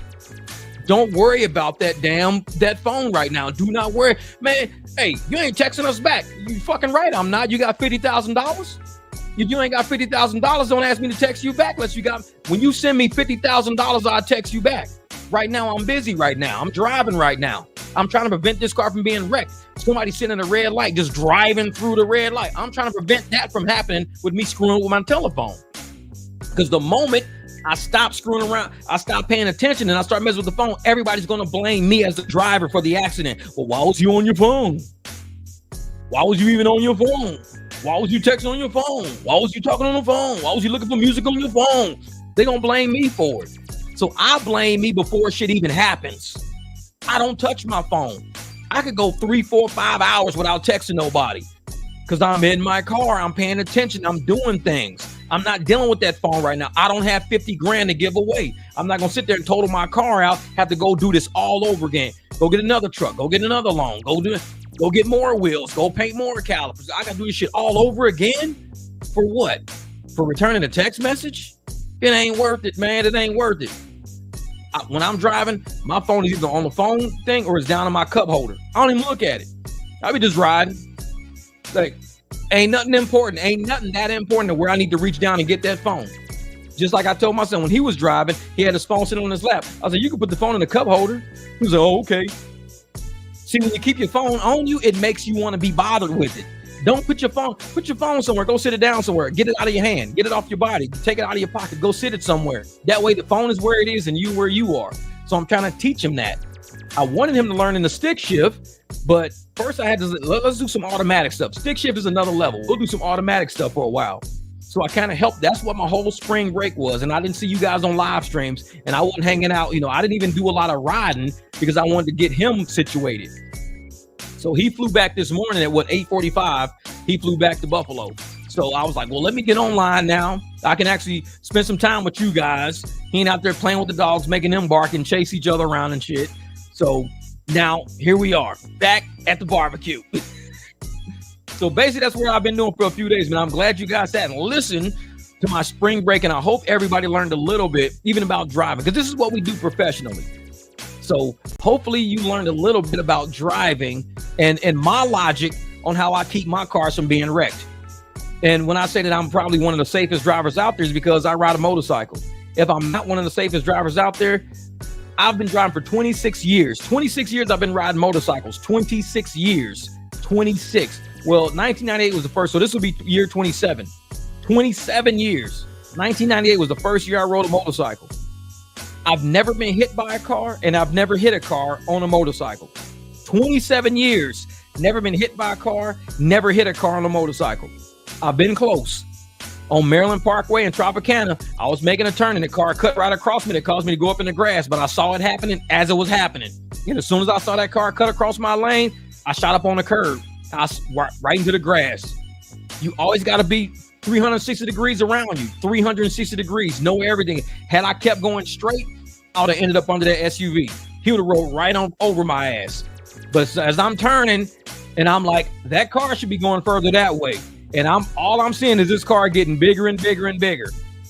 That's when the defensive part kicks in. That's when I said, he don't see me. I straightened the bike up, went over the curb, went to the grass. The dude was like, yeah, motherfucker, you almost ran me over. You almost ran me over. That's the only time I almost got ran over. Only time in 27 years. Because even when I tell my son, I will never ride next to somebody. I will only ride ahead of them or behind them. My car is never parallel with nobody's car. Because if anything was to happen, if a ladder was to fall off a truck, or a tire was to pop off, this car has nowhere to go other than into me now. If I'm like this, it could swerve over like this now. If I'm like back some, it could swerve over and miss something. If I'm ahead of them, they could swerve over and miss something. If I'm next to them, I'm going to get hit every single time. It's a 100% chance of me getting hit if I'm parallel with another car. 100% chance. How do you decrease the chances of your car getting hit? You stagger it. If you ever see me like, nope, I'm not clipping the car. Ain't no car clipping me. Back up.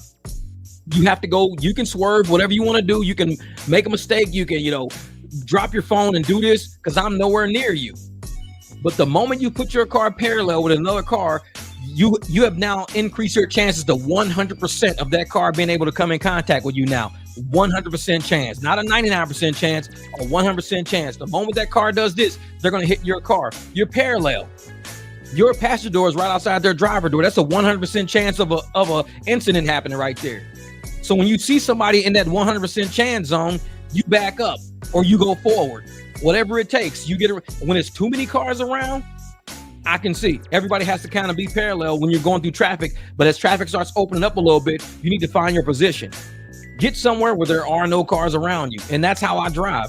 When I'm on the highway, nobody's around me. If I got to be around somebody for a second, I'll wait until I see my brake. Now I'll pull up a little bit. Now something happens, they can go behind me. If I got to drop back, they can go in front of me like this now. But I shouldn't be down the whole highway like this, side by side with a car down the whole highway. Because anything happens, I'm in that 100% chance zone. 100% chance. And so that's what people got to be, man. We're professional drivers. When I mean professional drivers, everything I'm saying on this live stream right now is what's going through my head the entire time I'm driving. I'm not thinking about carving pumpkins on Thanksgiving. I'm not thinking about shooting fireworks on the 4th of July. I'm not thinking about who's going to be around for my birthday in August. I'm not thinking of no shit like that. I'm thinking, how close is this car next to me? Does this car in front of me see me? Man, there's a car over here. I don't know if they see that stop sign or not. So let me gauge their speed, whatever. Let me make sure I gauge their speed. I don't know if they see that stop sign or not. And they'll blaze right through the stop sign. He'd be like, damn, see, I told you they didn't see that stop sign. That's all I think about when I'm driving that vehicle. When I'm operating that car, I am in that car. A lot of people who, like I said, road fatigue kicks in. They're thinking about their favorite song. They're thinking about this. They think so many thoughts are going through their head. They forget about traffic. Like we're sitting at the red light. The green arrow hits. The car turns and the guy at the red light drives right through the red light. It is like, bro, you was just sitting here with the rest of us. Nobody else moved but you. The green car went. The green arrow car went. You the only car at the red light that says, right. What were you thinking about? Apparently not about that red light. When you sitting in your car, man, this is how you keep people alive. This is how you keep people safe. If you're going to be a professional driver, you really got to be that. You got to always be on the defensive. Always be looking at another car coming into your zone. If you're in that 100% impact zone, that's the car you need to pay attention to. As I'm cruising, I'm going through lights. I'm going and I see oncoming traffic. I make sure that car don't creep, because if that car creeps, it's going to be an impact. So either I got to be prepared to hit brakes or prepared to do a counter maneuver somehow. But in no way do I just slam on brakes and slide right into a car. I can always counter maneuver somebody, but you got to think of your exit plan. Always know your exit plan. That's what I was telling my son about, knowing the exit plan. Professional drivers, this is what we do, man. This is what we do. So hopefully you guys will be out there driving safe, out there thinking about defensive tactics. LT, Lawrence Taylor, defensive driving, defensive player. Look before you turn. Look, turn. Don't turn, look. Look first. Be like, ain't no car next to me? No, cool, because I got to turn. Ain't no car next to me? Nope, cool, I got to turn. Always check first. Don't be like, get over and then looking as you get. No, it's too late. If you looking as you get over, it's you already messed it up already. You already because all it takes is for that car to be sitting there. That's it. You can't undo it. All it takes is for you not to look. It's for you to get over and look at the same time. Bam, you hit it. You hit it. And you see a lot of people doing that in traffic. They jerk because they were getting over because they didn't look. They jerk. You see them jerking back real quick because they be like, shit. It's like, no, man. Nope. It's like, look over first. That way you ain't got to jerk back because you never moved. You never adjusted your position. You was just going straight. You LT, you look first. You're like, oh, shit, it's a car right there. So you don't have to jerk back. Because if you do this, man, I got to get over. Oh, shit, it's a car right there. Yeah, you didn't look first. And I see that all the time in traffic. People jerking. You see cars going down the street like this all day long. Oh, shit. Because they're not looking. They're just turning and they're looking as they turn. Too late now. It's like the idiots. that use a turn signal as they're making a turn. They'll be going down the street the whole way down the street. And I'm sitting there waiting. I'm thinking they're coming straight through. As soon as they start making a turn, they throw their turn signal on. Well, you don't need a turn signal now, motherfucker. I know you're turning now because you're halfway through the damn turn. Why you turn? You get to turn the turn signal on way back there. Let me know you turning from way back there. Because when I turn on my turn signal, if I'm within a block, I'll turn my turn signal within a block.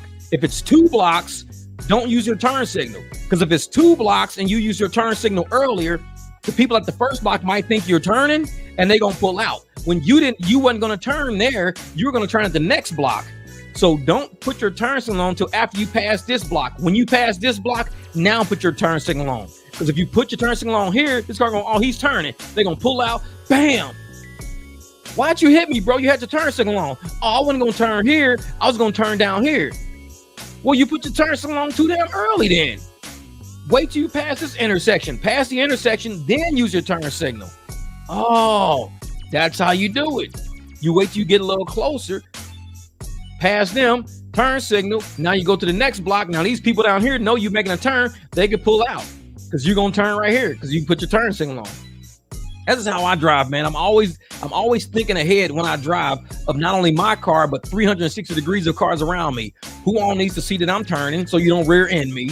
Because you're probably diggling around with your phone, messing around with your phone. But if I turn signal on now, you know my brakes about to light up because my turn signals are on. So my brakes about to light up in a second. So you say, oh shit, he's got a turn signal. All right, he's gonna turn. When I get down there, what's gonna happen?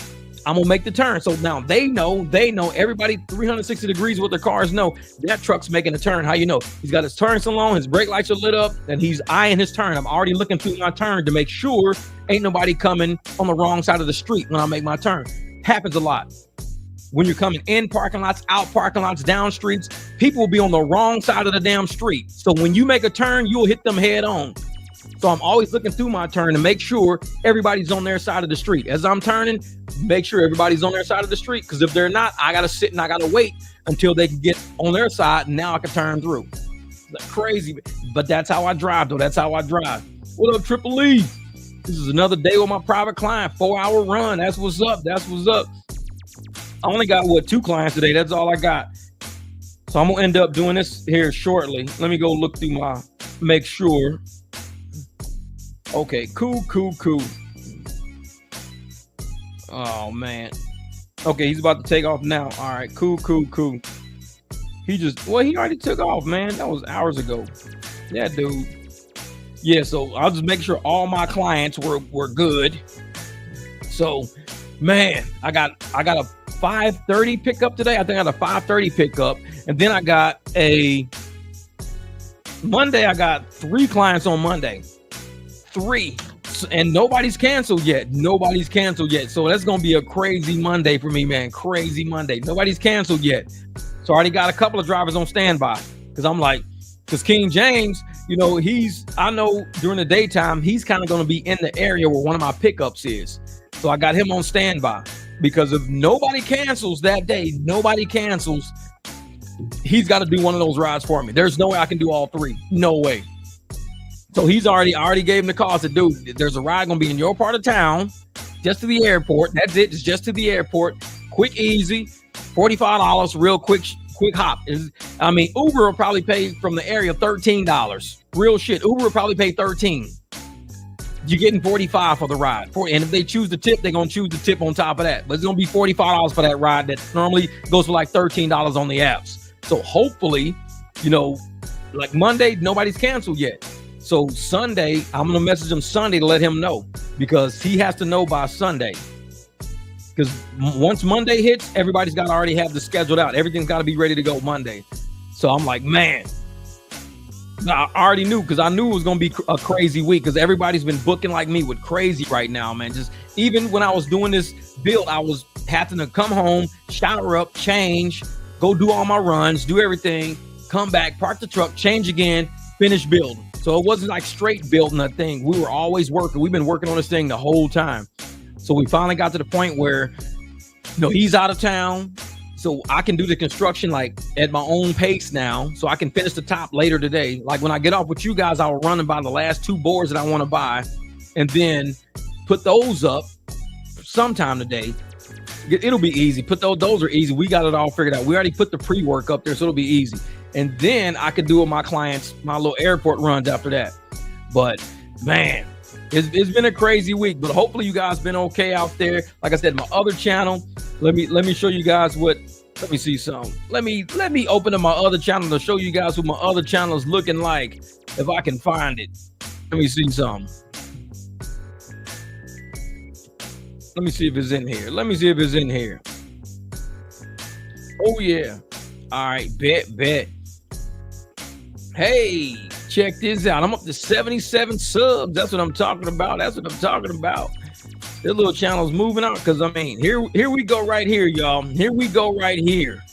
This is J Watts TV. This is it right here. Wait a minute. That's it. J Watts TV right there, live and in the flesh. So at J Watts TV, like I said, it's going to be a channel that discusses everything from self-improvement to social issues. Be ready for a diverse conversation between adults. Yeah, let's get my old Reverb Nation stuff on there. So if you go to youtube.com at JWattsTV, this is the channel. And I started this channel, I had 32 subs on it, the other 32. So I've added 45 subs. I've added 45 subs since the other day. That's my old video right there. But yep, that's it. Single and satisfied, why relationships are doomed. And then that's the only one I really got on there. So I got 70 views. And I got building a channel, that one. So this one, building the channel from scratch, that was that one. And then this one here, staying single could be better in a relationship. And that's what I was wearing when I picked up my clients the other day. So I did this video first and I went and picked them up. That was crazy. So yep, J Watts TV, y'all, is about to take off. Let's make it happen. What up, Kev? What up? So hopefully we're going to build J Watts TV up and have some great conversations over there so all the people in the rideshare space can stop complaining and crying like little ass babies. We came here to hear about some surge. I came to hear about some tips. I didn't come to talk about it. I'm like, shut up. All right, catch you later, brother. Go get it, Darius. Go get it, brother. And the funny thing is, even though I may talk about things like that on this channel or that other channel, those idiots never subscribe either one. Some people are whiny as shit. Like I said, some people are designed for this type of work. They're never going to be designed to work with people. So much easier for them to deliver hot dogs and hamburgers and shit. So much easier. So much easier for them to sit around and take pigeon rides all day on Uber or Lyft. So easier for them to do that versus working with like an actual W-2 job. They'll never be that way, ever be that way. So they come on these channels and they just whimper and whine about everything under the sun. It's like, this is why nobody will ever hire your ass, because I drank from the water fountain today and the water was only at 37 degrees. It should be at least around 33 degrees. I measured it with my measuring stick. Whatever, man, shut up. The staircase, the steps are all 6 inches tall. They should be 7 3/4, and that's against OSHA HIPAA laws. Shut up. It's like some people they'll complain about everything instead of just them just shutting up and doing whatever. They keep going, man. They keep going. So it's like, that's why I just, like I said, my channels, I'll never cease doing what I do. I love, getting on the internet, giving information and having something for drivers to listen to as you guys drive around. I know some of my videos are like kind of visual, but it's hard to do visual videos if you got to pay attention to the road while you're driving. So I try to do more auditory videos, things that you can listen to, like logic, conversation, things that you and your clients can talk about. Even when you turn the podcast off, so, oh yeah, man, he was talking about this and that. That's crazy, man, because, I was thinking about it. So it's not like a lot of flair to listen to, to watch, but it's a lot to listen to. And that's why my live streams sometimes go 3 hours, 4 hours, because the people who are here for the first 30 minutes may not be the same people for the next 30, may not be the same people for the next 30. It's like going to a movie or going to a bar, and people come and go at the bar all the time. They don't really sit at the bar from the time it opens to the time it closes.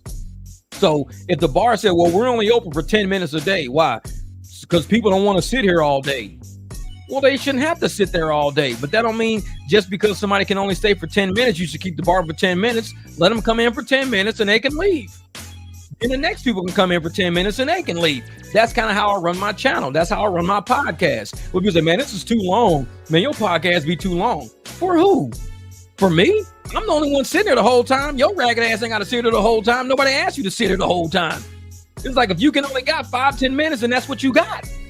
You can come back and watch the rest later if you want to or not. But nobody's asking nobody to sit here for 3-4 hours. I'm the only one that's got to be here that long. That's like telling the bar, like I said, go to the bar and tell the bartender, I can only be here for 20 minutes. You guys should close when I leave. And this bar's been open for too long, man. I sat here, I'll drink, I ate my chicken fingers. It's time for you guys to close. Like, no, it's time for you to leave. You can leave when you want to. Nobody asked you to be here. It's like, you don't tell the bar to close just because you can only stay for 20 minutes. You don't tell somebody to end their podcast just because you can only stay for 20. I can only be here for 20 minutes. Cool. Nobody has a problem with that. Everybody's cool with that. People come and go as they please. They catch up with what they missed later or not. They might come into at a conversation when they enjoy the conversation. They, oh man, I love that. This is the good part of the conversation. Conversation might go left and they might leave. That's cool. That don't mean the bar gonna have to close just because you done eating your chicken fingers. Shit, I ate my chicken fingers. It's time for the bar to close. No, you can just leave. You just make sure you tip your waitress on the way out. You good. Don't worry about it. Well, how come you guys are staying open? I'm done eating. Yeah, other people gonna come here and eat too. Well, it shouldn't be like that. It should be about me. And that's how they feel about people's podcasts. Your podcast should be about me. When I leave your podcast, you should end it. It's like, no. Still open for business, bro. We still here kicking it. If you can only be here for a short time, that's on you. We still here doing it. So, and I appreciate you guys that do rock with me for an hour. Sometimes you guys are for 2. Sometimes you might come in for 20, 30 minutes. And it's like, you know, man, I just came in to say what's up. I got stuff to do today, man, but keep it going. Cool, that's what's up. Everybody come in and they show face at the bar and they leave. That's it. This is the, like I said, it's the barbecue. You swing by, you grab you a plate of food for your soul. You might only need a little bit. And you keep it moving. Go make that money today. Go talk to your private clients. Go say, hey, you know what? I had one of my clients listen to your channel. And actually, he asked me if I had a business card. It's like, dude, thank God I had your channel turned on, because as soon as you said business cards, he was like, you got a business card? Actually, I do. Man, I'd really love a private driver. This is what this channel is about. Helping create wealth for drivers, helping create wealth in our community, helping people out there save money, helping the transfer of money be between us and not a third party who's going to take from us and not give us nothing back. This is what this is about, man. Yeah. Oh, yes. I've heard that when a channel is too diverse with topics, it confuses the algorithm and decreases exposure to the audience. So it's probably a good thing to split the channels just for that reason. Yeah, people say that all the time. But see, that's the thing, man. I know some channels, very diverse channels, but they're also very successful channels. Now, my only issue, and I'm not saying this is a bad thing, because it's what I am. When I was a mechanic channel, my mechanic videos, all of them, 15, 20, 30,000 views. I mean, my mechanic videos go nuts. I could have left this as a mechanic channel and never as a rideshare channel. The mechanic channel would have took off, because one thing about mechanic channels, they help people. Mechanic channels have notoriously helped people get through problems. That's what mechanic channels, and I'm glad I started as a mechanic channel, because I helped a lot. Even to this day, when you can see people leaving comments today, man, I'm so glad you did this, man. You know, the e-breakers, man, I'm glad you did this. To this day, mechanic videos never get old. They will get 500,000 views to everybody trying to fix a problem. My issue was when I fucked up and I went rideshare. That's where I fucked this channel up. And I'm going to say that for real. And that's not no knock to any rideshare driver out there. That is not a knock to anybody. That's on me, because I was doing rideshare and I decided to make my channel ride. I know people out there with channels right now that might be librarians, or they might work at, Walmart, or they could work at UPS. They don't make their channel about UPS. If their channel is a review channel, they do reviews. They don't talk about their job. They're doing reviews on their review channel. Some people work, they could be a teacher with a channel talking about gardening. So they talk about gardening, not teaching. I had a mechanic channel that I turned into what I was doing for a living, rideshare. That's where the algorithm got fucked up. It went left. If I would have stayed as a mechanic channel, I could have probably ended up being one of the biggest channels on YouTube for a mechanic channel. But I didn't just want to sit around and work in my garage all day doing repairs all day on my cars, because I don't always do mods and upgrades. But I enjoy helping people.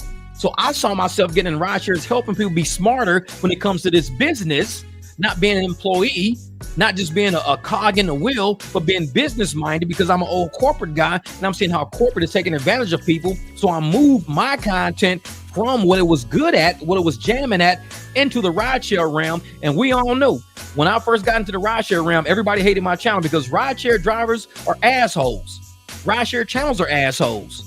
They're all jealous and envious. I even said when I first got my black SUV, all the black SUV drivers was hating on me from the get-go. The nature of rideshare has never been about team and empowerment and helping each other out. So my channel was striking everybody different. It was a difference. It was a hold up. This is a rideshare driver who's saying he ain't the best driver. What? Jeff's saying he ain't. Wait a minute. He's saying he ain't the best channel. Well, what are we gonna say about him? How are we gonna talk shit about somebody who ain't saying they the best? Because that's what all rideshare drivers and rideshare channels were used to. Oh, I'm the best channel. Watch me, because I'm the best. I got the best tips. I got the best secrets. I'm the best driver. I'm the best channel. I'm like, well, I ain't the best channel. I ain't the best driver. But I got some information that might be able to help you. Couldn't nobody say shit about it. They were sitting around like, okay, now we're stumped. We're stumped. This guy is not saying everything a typical rideshare channel says in the way they would say it, nor is he saying the same things that a typical driver would say. He's not arrogant. He's not going around saying he's better than everybody else because he has a channel. He's not saying he's the god of rideshare. He's not saying he's the god of this, and he's not even saying that. He's just saying what he does every day as he's out there making his money with tips to help other people make money, if not more than what he makes. What are we going to do with this channel, man? What? That's where the channel went sideways, because I wasn't a typical rideshare channel. I was actually a channel that was helping people from a profitable corporate standpoint. And people was hating on that shit. Oh, this channel ain't gonna make it nowhere. You cuss too much. It ain't gonna make it nowhere. You too diverse. You got too many topics going on. You need to split your channel. And I still do the same shit on this channel. I put repairs on here. I put rideshare shit on here. I put life on here. We talk politics on here. All of my live streams. That's what we do. It was a channel that none of these other channels or these other drivers, the hater drivers, they couldn't wrap their hands around how do we trap this dude and make him act how we want him to act. Man, corporate was paying me $109,000 a year and they couldn't make me act how I want to act. You got these motherfuckers out there that don't super chat me, super thing me, like y'all gonna make me act a certain, Jeff, you need to make your content about this. Motherfucker, I don't know you. Get off my channel. I don't know you. And that's what they weren't used to. They were used to channels that kiss ass. They were used to channels that catered to people who ain't got shit better to do than to go through YouTube and try to talk shit about everybody. And I'll say, if you come to this channel, don't come over talking shit about no drivers. Come over, say how well you're doing, say where you screwed up and how you could be helped. That's what we do at the barbecue. We help each other make more money. We're against the apps, not against each other. That's what we're not doing. They didn't know how to handle that. A channel that was really against the apps? Oh, you straight up against the apps? Like, you don't hate on other, I got no reason to hate on other drivers. We too busy trying to make money. We too busy trying to figure out ways to make money. We too busy trying to organize teams. We too busy trying to go get clients that can pay us money to cover our bills. We're too busy doing that to hate on you. We don't got time to hate on nobody over here. But I know where the hate is coming from. I see it every day. We know what hate looks like because we see it every day. We know when people trying to stop us from doing shit. Oh, Jeff, his ass is banned from the airport. He banned from the airport. That's what he get. He banned from the airport. Who started that shit? Who started that shit? Who started that I was banned from the airport? Because you need to go back to that person and say, listen, bro, you told me Jeff was banned from the airport. You full of shit, because he's not. He works the airport. The apps even work him at the airport. You full of shit. Why are you going around telling people that, well, I'll tell you what I think. I think I'm done listening to you. I think I'm not going to listen to another word your ass say unless you show me in writing shit you say from now on. That's what I think about you. That's what you need to start saying to those haters out there. Check their ass. Make sure when they going around saying rumors and shit about people, they can validate it right there in writing. Well, I ain't got it in. Shut up. If you ain't got it in writing, shut up. Because I've heard enough from you. I've heard enough from you. Hating ass people, man. Hating ass people. And the moment, like I said, the moment I got that black SUV, because I wouldn't drive other people's black SUV for their company. Well, you should drive for my company, Jeff. Put up that little orange Beamer and come drive for me. Bro, I'm an investor. I'm a podcaster. I'm a businessman. The fuck I look like renting your truck from you to drive your truck? What do I look like? Like I'm broke. I'm not going to rent your truck to drive your truck when I can just walk down to the dealership and say, can I have that truck? And they say, yes, here's the keys. Thank you. Damn good ass credit score. I make good money. What the fuck I need to take your truck for? Talk to me first before you get mad at me because I won't rent your truck. Talk to me first. Jeff, what's your credit score? I don't know, about a 770. What's your money looking like? Oh, I do pretty well. So you can just go buy a truck if you want one. Yeah, why don't you go buy one? Why don't you talk to me like that? Don't talk to me like I'm some kind of minion. Hey, man, come drive my truck. I'll cut you a deal. You can rent my truck from me. Motherfucker, do I look like a truck renter? You ain't even talked to me yet. Talk to me first. Sit down with me in a business aspect. Don't look at me like some fucking little peon, some little minion. Talk to me like a businessman. Everybody on my channel is executive. All these people are executives of their own life. So if you're going to talk to somebody, don't put yourself so high above somebody. And you think you so high above somebody. You walk up and tell, hey, man, you should rent my car from me. Who are you? I could probably buy you. How you going to tell me to rent from you? I could probably buy you. And you telling me to rent from you. That's like telling Elon to work for you. You don't know who that man could probably, oh, yeah, Elon, you should come work for me. This dude's a billionaire. Do you even know him? Sit down and talk to somebody in the business sense before you just start throwing things at them. Hey, Jeff, have you ever considered renting a car? Have you ever considered rent? No, I'm not actually. I'm thinking about buying one. I wouldn't rent one. I'll probably go buy one probably. Oh, okay. Well, you might want to try this dealership because they got some pretty good deals, man, isn't that? But if I say, you know, I'm considering renting one. Oh, well, you should rent from me because, I mean, I rent them out. Talk to me like a businessman. Don't talk to me like I'm less than. And there's too many people in the rideshare industry like that, man. They're envious. They're jealous. They think they're the best. They think they're the top. Because they don't sit and they don't talk to nobody and say, hey, who are you? What are you doing? What are your goals? What are you up to? Because they don't want to know. All they want you to know is that they're the best. They're the greatest. You should listen to them. They're the top of the crop. And they probably ain't worth shit, real talk. They probably not worth nothing. So when I do business, I talk to everybody on here like everybody's an executive. I look at everybody how I look at myself. I think everybody's capable. So I talk to y'all like y'all capable. Hey, go get some private clients. Here we go, driving the airport client right now. And I say, hey, I think you're capable. Go get you some private clients. I think you're capable. I think your service level is up there. Go get you some private clients. Your service level is up there. I think you can drive very well. I don't think you're a horrible driver. Go out there and drive safe. Make that money. I talk to everybody how I view myself. But when you got people who feel inadequate, the first thing they do is try to talk to you less than to make themselves feel more adequate about themselves. Oh man, you should just rent from, you don't have clients like I got. I mean, I got better clients than you. I mean, you should pay me. And I like, motherfucker, don't talk to me like I'm less than because you feel inadequate. We all bosses in here. We all bosses. Some companies bigger than other companies. We all bosses in here. So when you talk to another driver, you talking to a boss. Sit down and ask questions, see that what level are they a boss at? Because some of them are bosses that are probably renting. And just like when I met King James a long time ago, he was a boss, but he was renting a car. King James now owns his own Camry now. He owns his Camry now. He don't rent. So sometimes you find out what this boss is doing. Say, hey man, have you ever thought about this and this and this? Owning your own car? Have you ever thought about going down this path? Have you ever thought about saving some money? Few people I know used to rent cars. Now they own their cars now because they see the business aspect behind it. I'm like, you might have to work a little harder in the beginning just to make sure you're covering, that one big chunk every month because you got to pay your car note insurance usually in a big chunk versus paying a little bit every week. Just learn how to budget your money now. Now you're at a different level. You're the budgeting boss now. You're not just the boss that sits around and let them take away $300-400 a week out of your pay. You're the budgeting boss. You're going to have that money in your hand. You need to learn how to budget. Now you got to be a budgeting boss. So you help people become bosses at different levels now.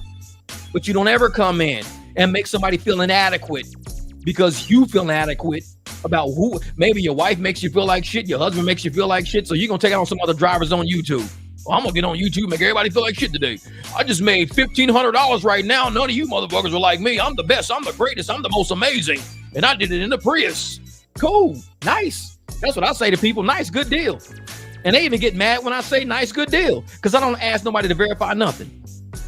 Jeff, I just made $1,500 a day. Good deal. Cool.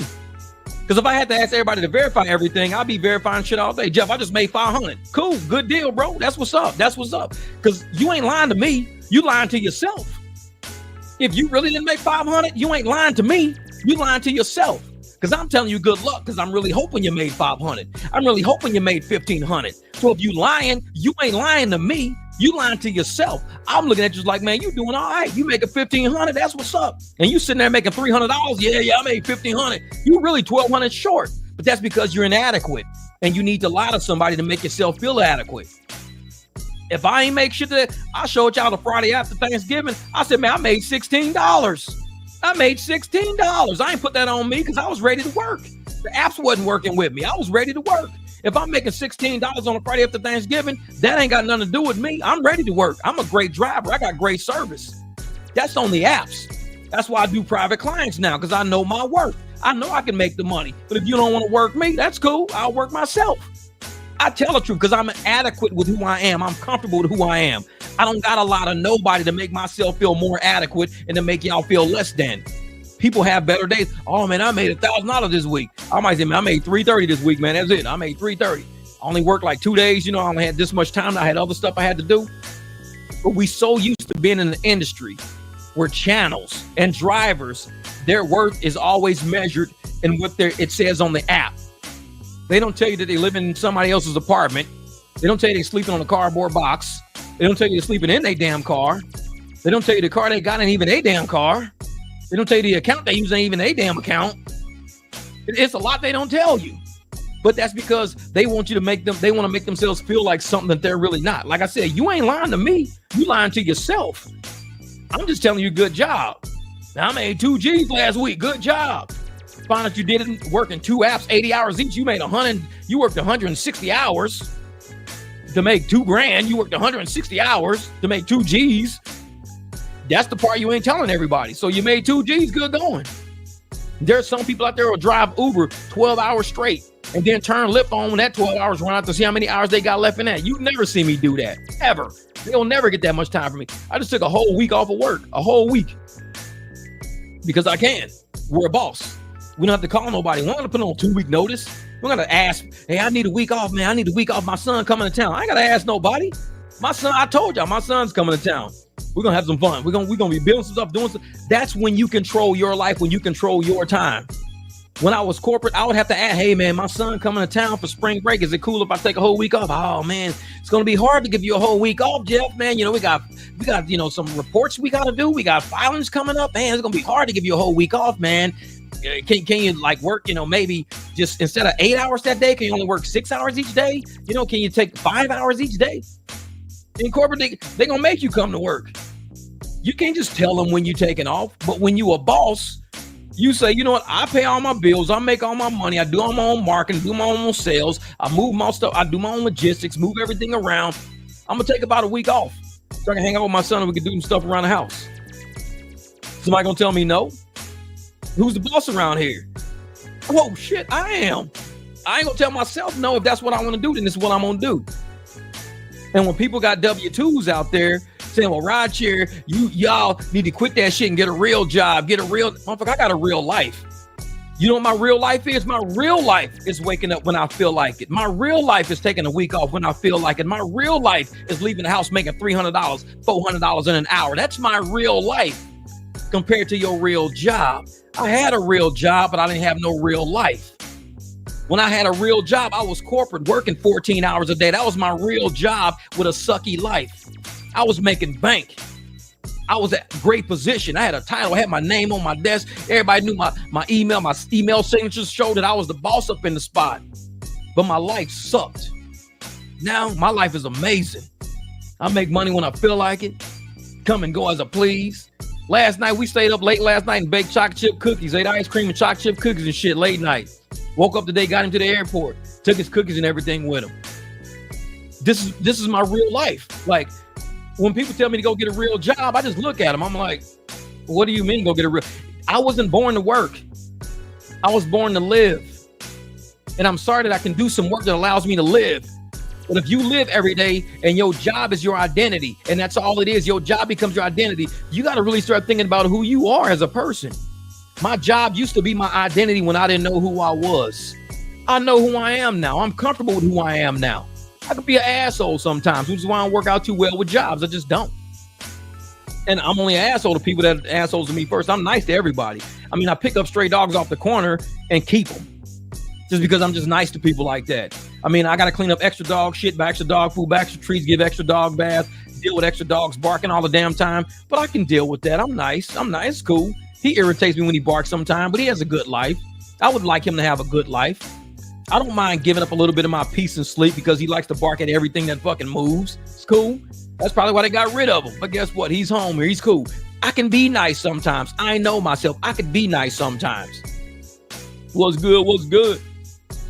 But I don't want nobody out there to think that your job becomes your identity. Your job is what you probably do as a function to pay your bills. That's about it. It's a function of what you do to pay your bills. If you get enjoyment out of your job, cool, you get enjoyment out of it. It becomes part of your identity. You get enjoyment out of it. I didn't want to be known as an accountant. Just didn't. You can know me as a dad, a good neighbor, a cool friend. They'll be like, oh man, Jeff, man, yeah, I know Jeff, man, dude, he's a cool ass accountant, bro. Dude's a cool ass accountant, man. Have you ever met an accountant cool like him? Bro, I don't know no cool accountants like him, man. I got him in the phone as Jeff the accountant. Dude's cool as hell, man. I ain't never want to be known as no accountant. That's just what I did to make money. It was my degree. I don't feel the man, Jeff, man, my neighbor. Jeff, my neighbor. Oh, your neighbor? I know it, man. Dude's cool. He always outside, man. Dude, always in the car. He always washing them damn cars, man. He keep all his cars looking nice because he never know which one he's going to use, man. All his cars look nice, man. He's a cool guy. Not a single one of those people know that I'm an accountant. Not a single one. But they know me as the dude that like to keep all the cars clean because when people hit the corner and they come to our neighborhood, they see all these clean cars at my house. No dusty ass cars, no cars falling apart, no cars on blocks and bricks. No, all nice cars. And they come and say, damn, man, this is a lot of, how many people live in that damn house, man? That's a lot of nice ass cars. Just one. Wait, one dude drive all them damn cars? Yeah, and he drives them all the time. Like, and he give him money. He can just take off. He got to go Home Depot. He'll take that big ass gold Escalade out of here. Park that, go pick up the people from the airport in the black truck, park that, take that little ass car right here all the way out to Mesa to go grocery shopping, bring that back, park that, take off on his motorcycle just to go eat some sushi and shit, park that. It's like, man, this dude forever driving these cars everywhere. Yeah, he drives them all. And it's like, I don't want to be known as the accountant. The accountant. Jeff the accountant. It was a cool gig, man. Like I said, the degree opened the doors to many opportunities I wouldn't have had any other way. One of the biggest opportunities that opened up was the possibility of me retiring at 38 years old. Imagine me making $10, $12, $15 an hour, not being able to walk away. I mean, I walked away with a lot of money. I invested into a mechanic shop. I built my own mechanic business. 3-car garage, 2-car garage, pouring concrete, doing crazy. I did my own business. Got rid of that, used all that money, parlayed that, come out here to Arizona, and now I'm doing a different business now. I went from being an accountant to just owning my own business, using my accounting intellect to help me live the life that I wanted to live. Every day we woke up, whenever we felt like it. He didn't have to set an alarm. I didn't have to set an alarm. If I woke up and he was watching TV with the dogs, that's what he was doing. I would wake up, hey man, I'm gonna shower up, let's make some breakfast, let's hit, all right, cool, let's hit the Home Depot, we wake up whenever. Just the life we have. Imagine the kids that's on spring break and they can't wake up and just enjoy the whole week, one whole week with their parents, one straight week with their parents, just waking up doing random shit, building stuff, hanging out, talking, watching TV, playing with the dogs, going to stores and shit like that. We wasn't doing nothing. We were just living life. We wasn't doing nothing. And I tell everybody the story of when he was about 3 years old. 3 years old, he was at Citibank daycare. His mom worked at Citibank out in Vegas, and he was at the Citibank daycare. I asked my people at my corporate office, I said, today is the Halloween party at Citibank, and he's going to be Spider-Man. All his little friends are all going to be superheroes. They want me to come because they have a parade. They parade through the whole Citibank building, and all the people's kids that's at Citibank daycare, there's a big parade through the Citibank. They go through all the offices, all the floors. They go through everything. And all the parents are there so we can see the parade and everything too. My corporate job told me no. My corporate job says, cool story, bro. Cool story, bro.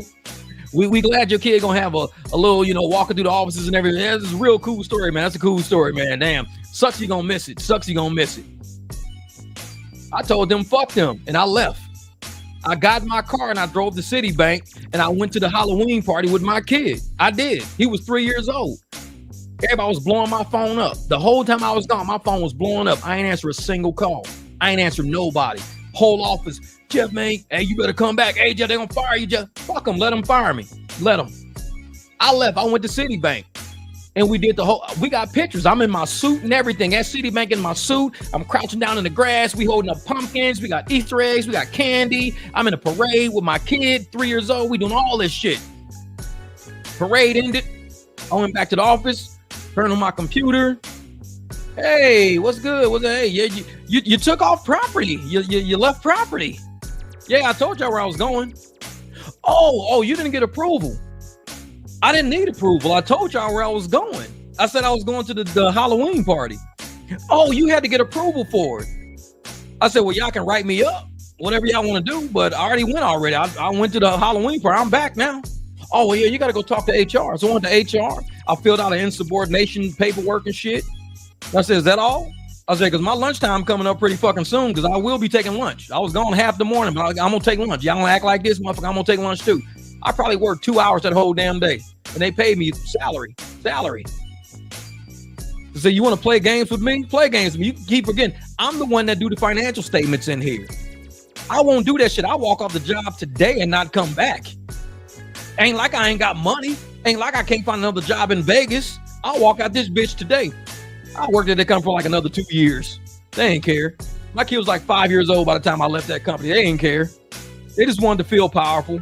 They wanted to make me an example for everybody else in the building. But I told them, I said, I'm going to go to this Halloween thing with my son. I told them that. And I think they really thought I was joking. It was like, he ain't really going. Shit. I had a black Mercedes at the time. Big old black Mercedes. That black Mercedes pulled out the parking lot. Fuck, started heading down. I was going all the way up to Summerlin. Citibank was in Summerlin. I was all the way down on the Las Vegas Strip. I took that shit off the Las Vegas Strip. Went straight down Desert Inn. I shot all the way down Desert Inn. That big ass black Mercedes. Listen to music. It's cruising. Went to Citibank. I went to the Halloween party, just like I told them. And this is what I mean by life. I don't got to ever do that again. I never have to tell nobody I need approval again because I do my own thing. If somebody don't like it, they just ain't got to deal with me. I'm my own boss. If you don't like it, just don't deal with me. I mean, why deal with me? I don't give nobody out there approval for nothing. I don't take approval from nobody. I don't. But I also don't need it from nobody. If you don't like me, just don't deal with me. It's so much easier like that. I mean, think about the universe, the suns, the planets, quasars, Neptunes, Venus, all this crazy shit. And you trying to deal with me? I'm a speck. I ain't nothing. So you basically dealing with nothing. When you dealing with me, you dealing with nothing. A little bit of nothing is what you dealing with. You can work around me. Shit, this planet was going billions just before me. It'll go billions without me. Work around me. I'm just a little blip. You don't got to bother with me. That's why I tell folks, I just rather do my own thing because I don't like telling people what to do. And I don't like people telling me what to do. Everybody is empowered to do exactly what they were designed to do. Do what you were designed to do and everything should be fine. Telling me what to do is not what you were designed to do. That's where you fuck up. Because I'm quick to tell somebody, it's not your job, bro. I'm 52, almost 52 years old. Not your job. It's not your job. You need to stand down on this one because I will go the fuck off. And that's fair warning for everything. I tell folks because I don't do that to nobody. Everybody tries to want to make an example out of somebody. I am the wrong one to make an example out of. Wrong one. Because I will turn that shit around completely and I'll be the asshole. I'll be the asshole. And it's cool because I've been the asshole. I'm cool with that. And that's what I think upsets people. They are upset at the fact that I'm okay with being the asshole. Totally okay with it. I don't want everybody to like me, nor do I like everybody. I'm okay with that. It's when you start going around thinking everybody should like you or you want everybody to like you, you're going to be disappointed because in real life, everybody does not like everybody. You're going to be disappointed. Be okay with people not liking you. Be okay with you not getting along with everybody. Be okay with you saying, I don't fit here. Be okay with that. Because the moment you try to be 100% across the boards, you're going to be disappointed. This is planet Earth. Everybody doesn't fit everywhere. Be okay with that. I've learned that over time, man. I've learned it. That's why it don't bother me no more. People say, oh man, we don't want Jeff around. That's cool. Because there will come a time when I might not want your ass around. And you need to be cool with that. Just remember that. And don't think it's me being mean. I'm just being real. Oh, we don't want Jeff around. We don't need Jeff. Cool. I don't mind. That shit don't bother me. Because when you don't want me, I'm going to go bake some cookies. If you don't want, I'm going to change the oil in my car if you don't want me around. I'm going to work on my rear rotors and brake jobs if you don't want me around. I'm going to go to Home Depot if you don't want me around. I have other shit to do. So when I say, well, I don't want that person around, I don't want them around. Go find some shit to do because I don't want you around. Go find some shit to do because I'm doing something else. So don't be mad at me. Well, how come you don't want us around? How come you, why didn't you call on? What? Motherfucker, go bake some cookies. Because that's what I do. I go bake cookies when people don't want me around. I go bake some cookies. That's what I do. Thank you, Mike. Miko. Hey, Miko, what's good, lady? Oh, Miko, the entrepreneur. I know. Hey, I see you in Rideshare Rodeo over there getting it done over there. Y'all be getting it done over there. I love it. I love it. She be staying on top of it over there. So make sure y'all check out Miko, the entrepreneur's channel. Check her channel out.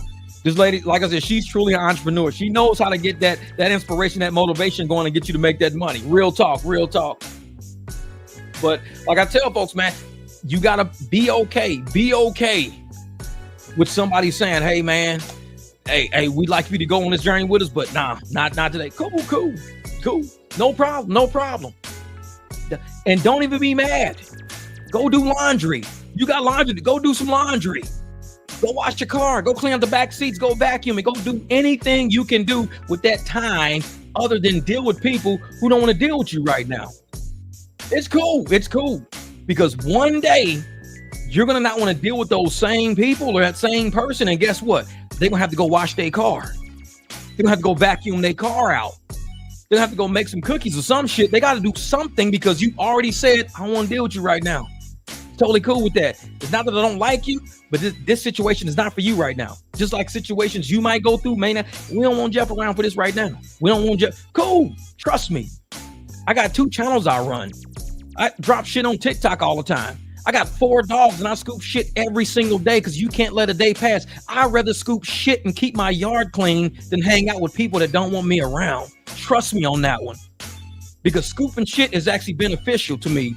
Hanging out with people that don't want me around is not beneficial to me. When I scoop shit, it keeps flies out of my yard, keeps my yard smelling better, lets the dogs rip and run and play where they want. It gives them more space to play. Scooping shit is very beneficial. Hanging with certain people does me no good. It wastes my time. So I can make better use of my time scooping shit from 4 dogs. So I choose to do that with my time. When people say, well, where's Jeff? How come he don't want to fuck with y'all? He's scooping up his shit. Wait a minute. So he don't want to fuck with us, but he want to go scoop some dog shit? Yeah, because it really helps his life. Scooping that shit helps him a lot farther. So yeah, sometimes it's like that. It's like that sometimes. Because other people can get in touch with me at different parts of my life. Some days I wake up and I need to know summer's coming around, spring's coming around. A lot of flies are going to come around. Scoop up the dog shit. Don't deal with people who don't want to deal with you right now. Scoop up the dog shit. So I get it out the way. The day's going to come. The day will come when you will need to tell that person, go scoop some dog shit. Go make some cookies because I don't want to be bothered right now. Why not? Doesn't make a difference. All you got to say is, okay, cool, no problem. That's it. Just say cool, no problem. Because that's what I say. I never ask why. Never ask why. You don't even need a reason why. You have other things to do. You have other things to do than try to find out why. Go and take care of what you need to take care of. Hey, man, we don't want you around right now. Cool, no problem, no problem. Ain't got to tell me twice. I only need to hear it once. I'm smart. Got shit to do. It's like, so if you tell them, hey, man, I'm going to go do this, no, leave it. Just leave it. Man.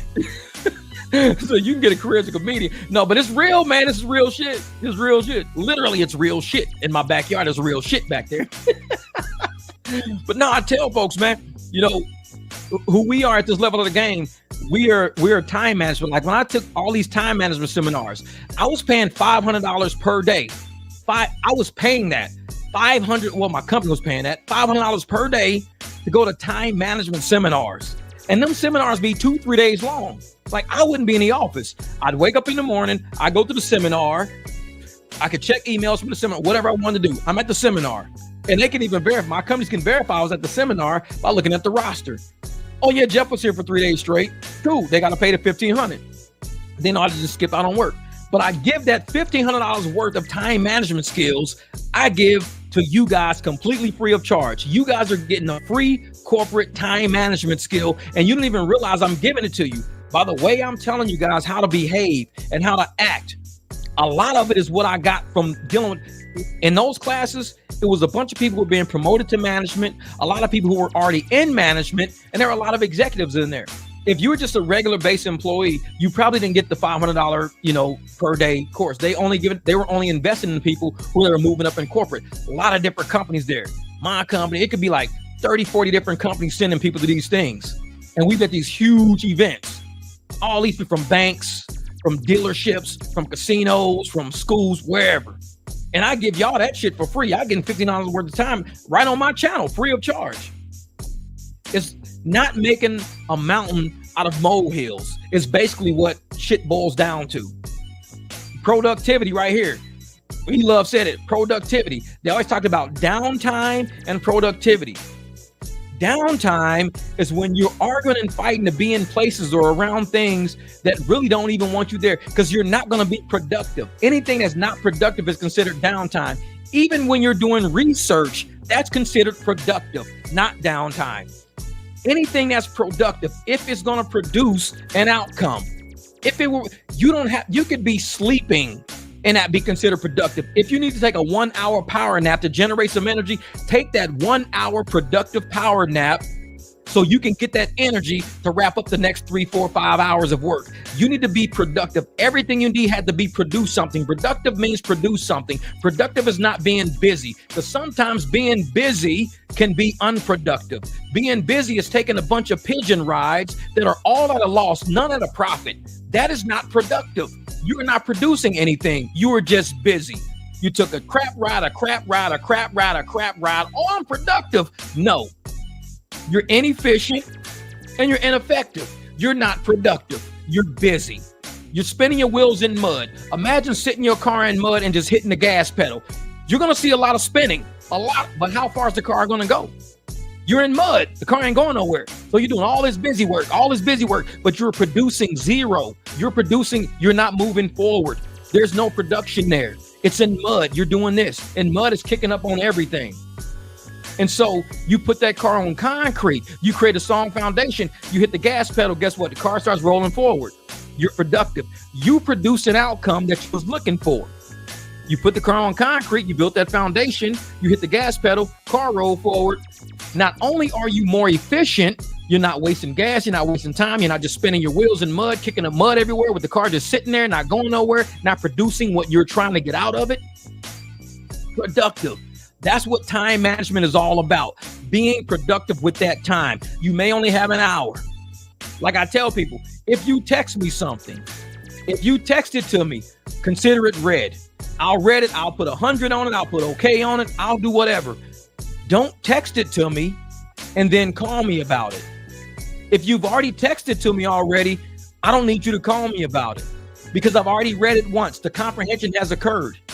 I've read it, I comprehend it, I got it, we're good. That's it. Now we're on to the next level of production. But if you text it to me, we got it, then you call me and I spend another hour listening to it. You just wasted probably, let's say, an hour, 20 minutes. It maybe took us 20 minutes of texting, understood, got it. Now an hour of conversation. So an hour and 20 minutes to take care of something that was already done in 20 minutes. What did that other hour of conversation produce? Nothing, because the conversation was already had. The productivity was already done.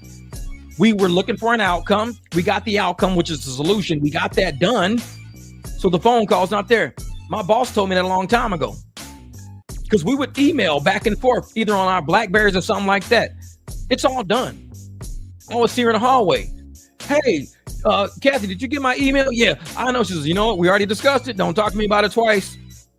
And she only had to do that a handful of times, maybe. I worked with her for almost 3 years. She probably did and I learned at that point, this lady is so busy. If you've already had a conversation with her, don't say it twice. It's going to irritate her. My mom used to tell me that shit. Don't make me say it twice. Now I see why. We learned the same thing in time management. Don't say it twice, because now you've used 2 time slots in completely different time zones and eras to handle the exact same situation. That's bad time management. If we've handled this already, The next time you see me, bring a different problem so we can start working on a different. This is already done. It's already closed. Once the judge says this case is closed, is this and that, you don't go to court again for the same thing. You don't get tried twice. If you say, hey man, we got divorced, yeah. So you go back to court again to get divorced again. No, he already heard all of that. The judgment has been done. The evidence has been presented. The judgment is done. The divorce is signed, sealed. Okay, the decree is out there. It's done. You don't go back to court to do it again. It's just same way with conversation sometimes. If you've already handled it, don't ever take somebody through that same shit again. Because if you do it twice, and you know you're dealing with a very big, when I was dealing with Kathy Wheeler, everybody knows Kathy Wheeler, Diamond Resorts. She was a very busy woman. That was my boss. Very busy woman. You don't tell her the same thing twice. It's going to irritate her more than anything else. The fact that you not only emailed it to her, but then you try to talk to her about it right after that. It's going to upset her. She's big on, if you're going to talk to me about it, talk to me about it. If you're going to email me about it, but don't do both. Make a decision. This is a conversation you need to have with me, or is it something you can just email me? I can email you, then email me. All right. I learned that in corporate America. And I try to tell that to the people who are now involved in business for themselves about being, because we are the bosses. We don't have a lot of time. We do deal with a lot of clients through our phones a lot. We do a lot of phone calls on clients. I use this phone basically for efficiency. This is my little, secretary, my digital secretary. Whenever something comes through, I hurry up, I screenshot it real quick, and I keep it in my screenshots. That way, when it's in my screenshots, like I can open it right now. I'll go through screenshots. I'm gonna tell you how many screenshots I got in here. I have 27 screenshots, but 1, 2, 3, 4 are forever. So really, I only have 23. So 4 in here, and there's a few in here that I can take out. Like this one, I could take that out. That was just me when I had 63 subs because I wanted to make a video with that. So that's done. This one was when I had 13.7, so I could take that one out. This was a trip that I had, and I was getting rates. This was a Lyft trip that I did. That was getting rates for a Lyft trip, and the black SUV actually paid $57. The black SUV paid $57. Well, it didn't pay 57. That's what the rider would have. The rider would have to pay 57 for black SUV, 57. For black, 44. So I only look at black. The rest is just all regular numbers. So what happened was, and I did this because I was talking to one of my clients. The basic Lyft was $19. That was from his house to the airport. $19. Black SUV was 57. Black was 44. I said 45. I said 45 is fair. 45 is fair. I could do 45. Black is 44. That's what he would pay black, 44. He would pay 57 for black SUV. I'm charging 45. It's a $12 discount. $12 discount, $45. Cool. He gave me $100. Gave me $100. Here you go. I was like, man, much appreciated. Much appreciated. Because I'm thinking, $45. I think that's fair. 45 is fair. Here you go. Appreciate you, man. Thank you for coming to pick me up. Appreciate it. Right. I'll be giving you a call Monday to come get me this and that. Oh, cool, bro. Just let me know, man. Let me know when. This is the kind of clients that we do right here, man. This is what we do. So that's why that was in my phone. So I can take that out. So I can clear that out. This was an alarm for a couple of rides I had. A couple of alarms. So I could take that out. But this is what I do with my screenshots. This was my TikTok thing. I could take that out. So in my screenshots, I go through all my screenshots just to make sure. And this is like some convention space, a convention list that James sent us. So James sent us this whole convention thing. I'm going to leave this in here right now until I can actually write some of this down somewhere because I like a few of these. So James, if you're out there listening, I appreciate it. So I actually screenshot what you sent everybody. This right here. So James screenshot this and sent this to everybody. So I'm going to actually take some of this and I'm going to keep this. So I'm not deleting that out. So I appreciate that. I got a couple of YouTube things and I just got to pull some stuff out. Then I got a bunch of PAX things in there for upcoming PAX dates. So now my gallery just went down to 20. So really it's only like maybe 17. But that's what I do. I go through my screenshots to make sure That's the latest information I can have. It's my digital secretary, time management. It's all it is, time management. And I want you guys to kind of look into that. Don't think Uber and Lyft, because I just did a video about how Uber and Lyft, they use the algorithm to manage people's time, to manipulate your time. Don't let them do that. Like, I haven't even opened Uber and Lyft in days. Last time I took that route was when I dropped my private client off like 2-3 days ago on the 20th, 2 days ago. And I drove down and they gave me that black ride and I picked up Ross and took him back to the airport. But what they do is they like to put all of this stuff inside of the apps to make you think you need to be online to get paid. Or if I'm not online, I'm not going to get money. I get more money off being offline. I get more money from private clients. If I would have took a black SUV, the rider would have had to pay 57. I would have got, let's say, 35 out of that 57 because the airport and how airport works and everything. I would have got 35 out of that 57. I ended up getting 100. So I basically got $65 more by not being online. I got $65 more for one trip by not being online. $65 more. Had they went black, they would have paid $44 to black. I would have probably got about $24 out of that. So $24 out of that means I got what? $76 more. So I got $76 more than being on Live Black. I got 76 for one trip, $76 more. So don't think if you're not online, you won't get paid more. No, you might get paid a whole lot more. You just got to go out there and fight for your money. And I know people think, oh, well, drivers don't make none. If drivers aren't worth anything, if drivers, in my opinion, if drivers are not worth anything, why do people pay so much for Uber and Lyft rides? The same people saying riders ain't worth none, they don't need to make that much money. Why are you paying the apps that much money if you're thinking the rides are not worth that much? If you think drivers are not worth that much, why are you paying so much money? They be leaving concerts $100-something. All drivers shouldn't be getting paid that much. Or why are you paying $100-something for a ride home if you don't think drivers shouldn't you be hitting up Lyft? Lyft, why are you charging us so much money? Drivers shouldn't be getting paid that much. Oh, well, actually the driver's not getting paid that much. Out of 120, the driver's only getting 47. Okay, so what's the other damn near $80 for? Oh, that's for us. We're the executives. We're wearing the suits and eating the good lunches and shit. That's for us. The $80 is for us. The driver only getting like 40. He's going to get 40. We're going to get the 80. Oh, okay, you guys deserve it. You guys deserve it. You guys wearing suits and shit. You guys deserve it. They'll never say that. So don't ever let people tell you drivers don't deserve the money. If drivers don't deserve it, then why are you paying these high fares? If drivers don't deserve it, pay less. Just pay a driver straight up. Pay less. Be like, listen, man, I ain't paying no $100. You don't deserve no $100. I'll give you 75. All right, fine. Here you go. Because guess what? The rider's going to pay less. The driver's going to make something that's more fair. Everybody wins. Everybody wins. And that's what I think the apps are scared of. Drivers actually winning. Riders actually winning. Communities actually winning. That's what they're scared of.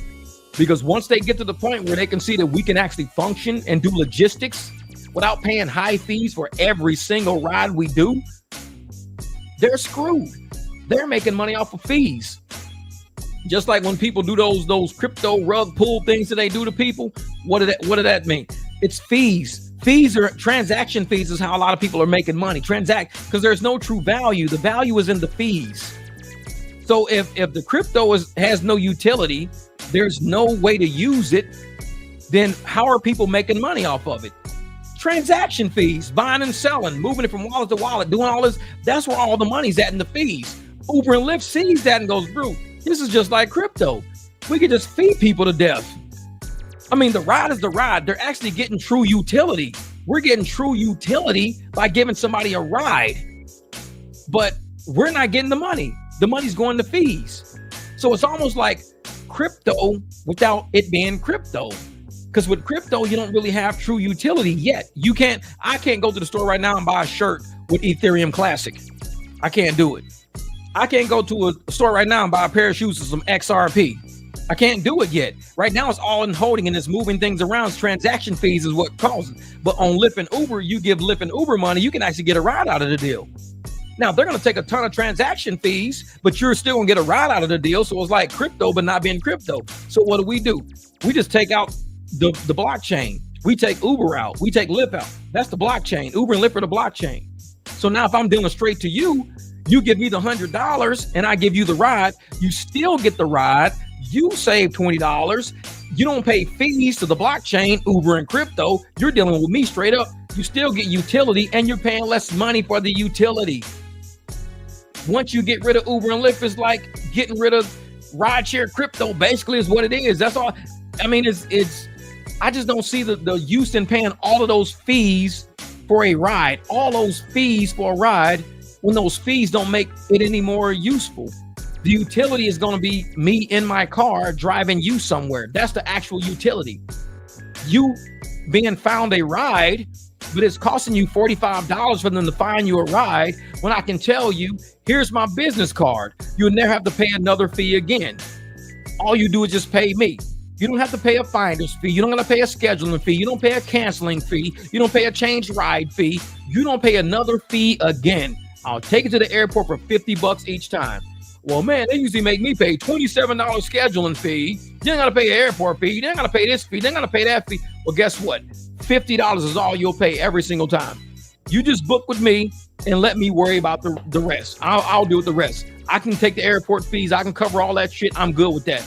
You just pay that and we're done. So therefore, Uber, like I said, Uber and Lyft is like crypto transaction fees. They're going to charge you as many fees as they can and keep compounding them on top of there until drivers are in poverty, renting cars just to survive, living in cars just to survive. How many people do we really know who do rideshare delivery who actually live in their vehicle just because the income they're making is enriching an app and all these executives in an app, but not the actual people who are providing the utility of the app?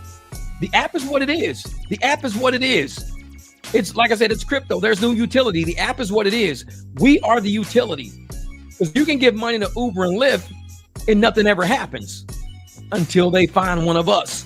We are the utility. You can give money to XRP. Nothing's going to happen. You can't take it nowhere and use it.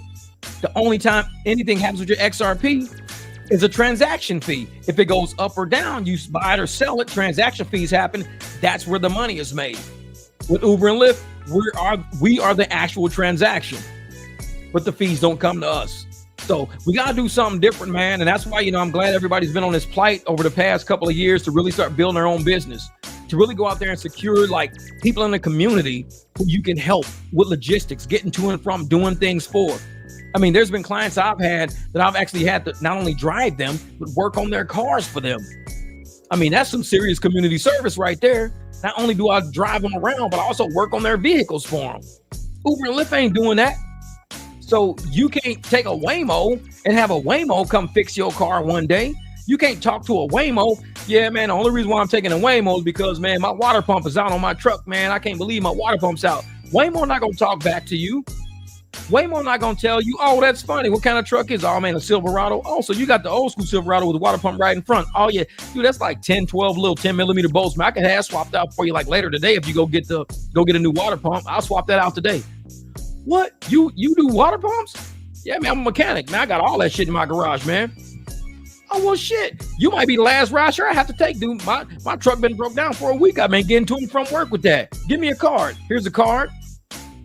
Show up later when you get off work, knock out the water pump, truck's back up and running. You no longer paying rideshare now. See, Waymo not going to do that for you. Waymo going to sit there and you're going to keep tanking money into Waymo because it's driverless. And when you get driverless, you get customer service-less. We are customer service. What's wrong with your car? Alternator went out. What kind of car is it? Oh, you'll see it when we pull up. That's my car right there. Oh, shit. Radiator went out. What kind of car you got? That's my van right there. Oh, just need a radiator? That's it? Yeah. Dude, it's like $88 for them radiators. They're not that expensive. Oh, you can swap that out? Yeah, I can swap that out. Bro, shit, man. Easy. This is water pump, easy. Fuel pump, very hard. Well, it depends on where the fuel pump is. Some fuel pumps, you can just take up the back seat, and there's a fuel pump right there. Some fuel pumps are in your trunk. You just take the trunk carpeting down, bam, fuel pump right there. Some fuel pumps, yeah, you got to drop the whole gas tank. It's got straps up under it and everything. You got to drop the whole gas tank to the ground to get the fuel pump out. But a lot of these newer cars, they figured it out. They put the fuel pump right up on, they cut a hole in the bottom of the car and they put a seal around it.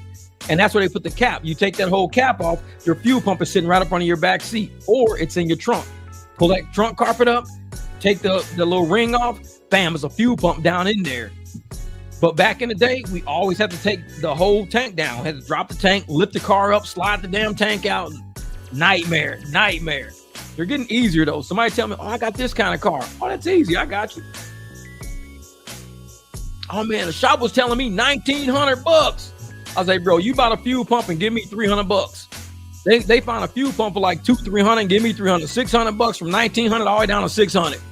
They be like, damn. All I had to do was take all the carpet out of your car. I pulled all the fucking carpet out, took the seats out, took the thing out, and had to put all that shit back together again. Oh yeah, getting that cap off. Yep, because it's glued on there. Because some of them put that black glue on there, and with that black glue, it's like sealer. That shit's, you gotta get a screwdriver and like pull like real slow. Because if you pull too fast, you bend it. So you gotta pull real slow and let it release. It slowly starts releasing like, and then when you finally get it off, do not let that shit touch again, because it'll stick right back to where it was. But oh yeah, man, oh yeah. Taking half the house and every day, that's what investing consumers need to do to fool our stock. Yeah. And that's another thing with Uber stock. That stock right there is also in people's pensions. That stock is in people's portfolios for pensions and retirement plans. Funny. So yeah, shop would have cost me $1,800. I bought a new one, $200 and put it on. Oh yeah, that's what you got to do, brother. That's what you got to just take your time and do it. Like I said, I've been doing fuel pumps, man. I've dropped Dodge Ram tanks. Man, I've done them all. The newer cars, I love it. It's super easy. But of course, shops don't tell you how easy it is.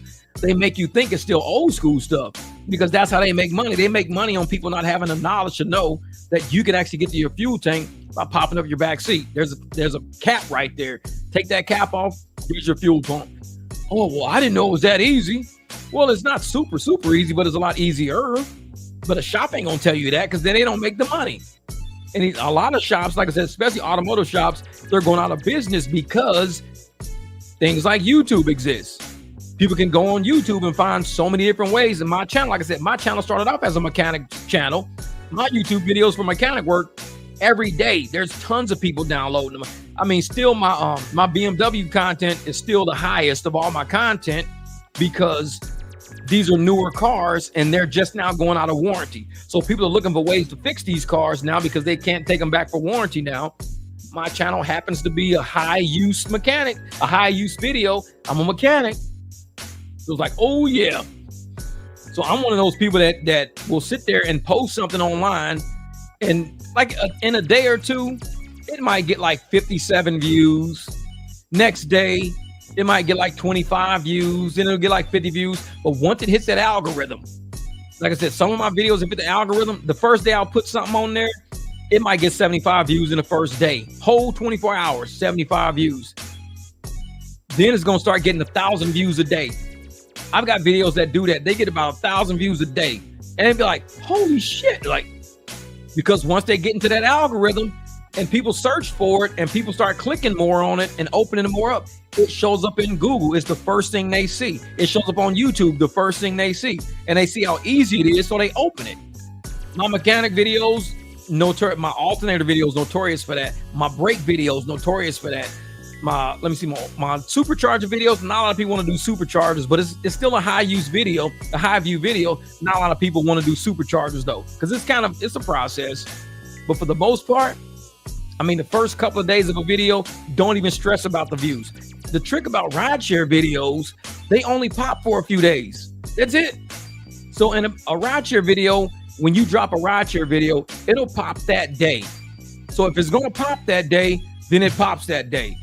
If it doesn't, it's going to be just level. It'll be level. It's rare that a rideshare video is level. Then it just goes through the roof one day. That's not how, and that's why rideshare videos are different. Mechanic videos are level. Then they get into the algorithm and they just take off. Then they're up here always. They always keep going up. Yeah, if you and your team ever thought of investing into a party bus? Yeah, we thought about it, man. We thought about buying a Mercedes Sprinter van and stuff like that and all that. But I just think at the current rate, we got enough black SUVs right now. We've got a lot of black SUVs, a lot. The party bus concept is cool, but we like that. I think more people with their own black SUVs doing things right now is a lot easier. Trying to get a party bus and organize it within a team is a lot harder than what it seems to be. It seems easy on paper, but once money starts, like I tell people, once money starts being generated and once plans start to, and once things take off, money always convolutes every transaction. Money will convolute every relationship, even business relationships. So if you invest in a party bus, let's say you booked this party for Saturday because you told them about it, but somebody else told somebody else about it and they want to book it for Saturday, but you booked first and you want to get this done, you booked it first. These other people, theirs is just worth more.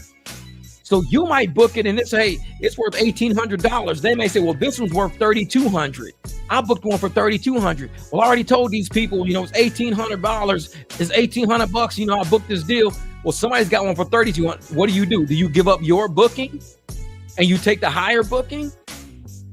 Like I said, because if more people are involved in the party bus, that means more people are marketing that party bus. More people are talking about it to other individuals. It's not just one person doing sales and marketing. You might have 4 or 5 people doing sales and marketing at all times. So it's like, I got it for $1,800, man. Yeah, and that's the thing. Thinking of booking into a website, whichever driver they want. That's what I'm talking about, Chris.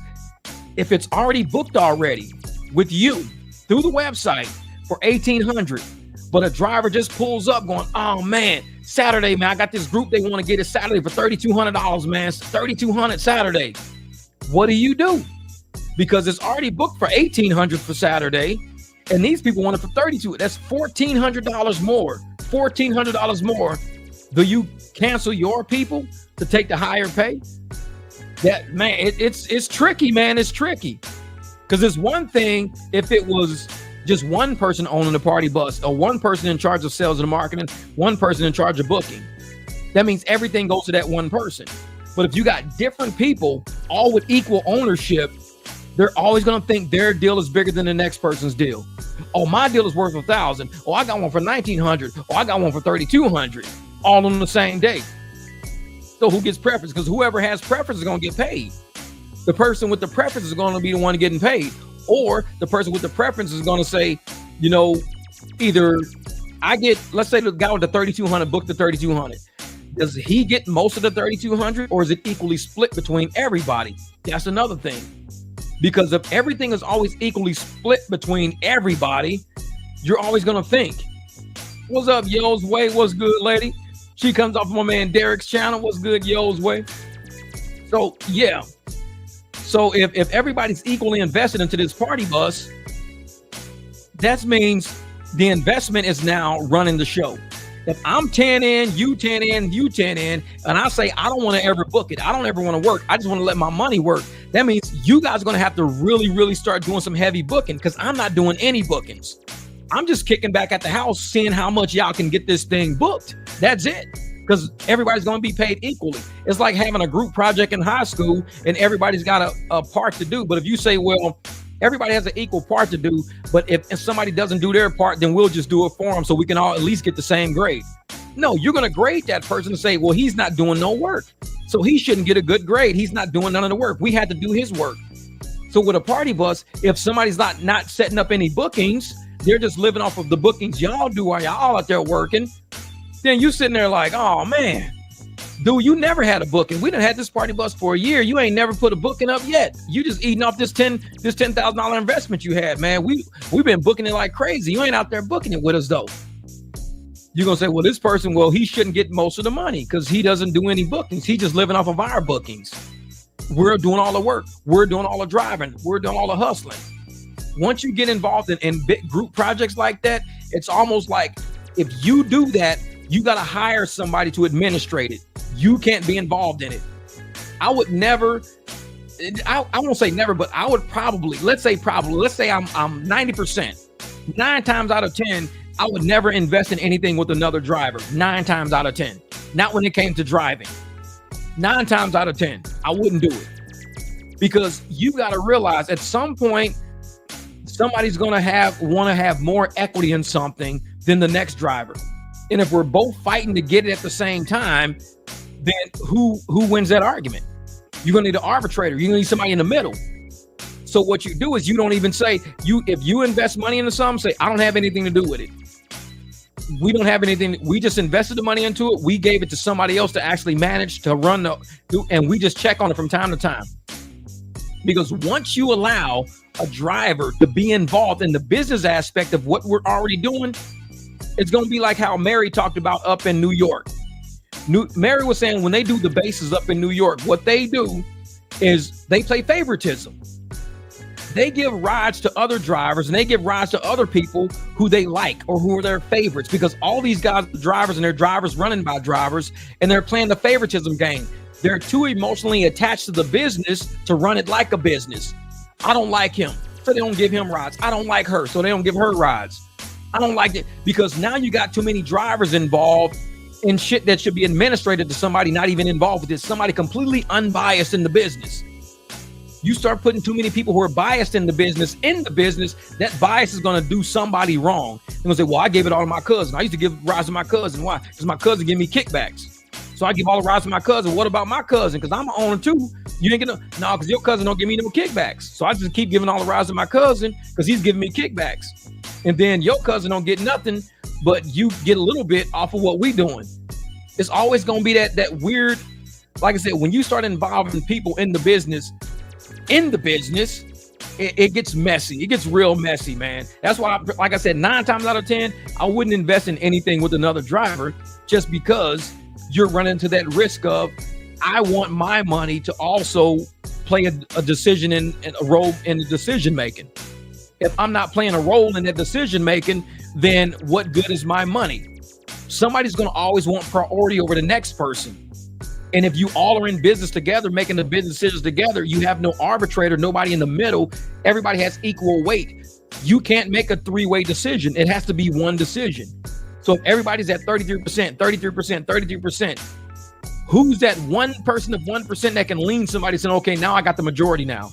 You always need a majority. If you can't have a majority, that means you need an arbitrator. You need to have something in the middle to say, this is the way the decision has to go in the event of a tie. So if I say I want it Wednesday, you say you want it Wednesday, then which way does it? And there's going to be so much animosity and headbutting. Well, I wanted it that day. Well, I'm just as much an investor as you are. I'm just as much an investor as you are. Okay, so who breaks the tie? There is no tiebreaker because it was never set up to be a tiebreaker. It has to be an arbitrator. Somebody in the middle has to say, okay, this is how the tie goes. If you want it this day, you want it this day, you both are equal investors, you both need it. This is what we do. We flip a coin, best 2 out of 3. And you sign it. Okay, I'll sign it. Flip a coin, best 2 out of 3. Who flips the coin? He flips the coin or she flips the coin. Where do we flip it at? Right on this table. You can't flip it in the grass. Can't flip it. It has to be right here. Okay.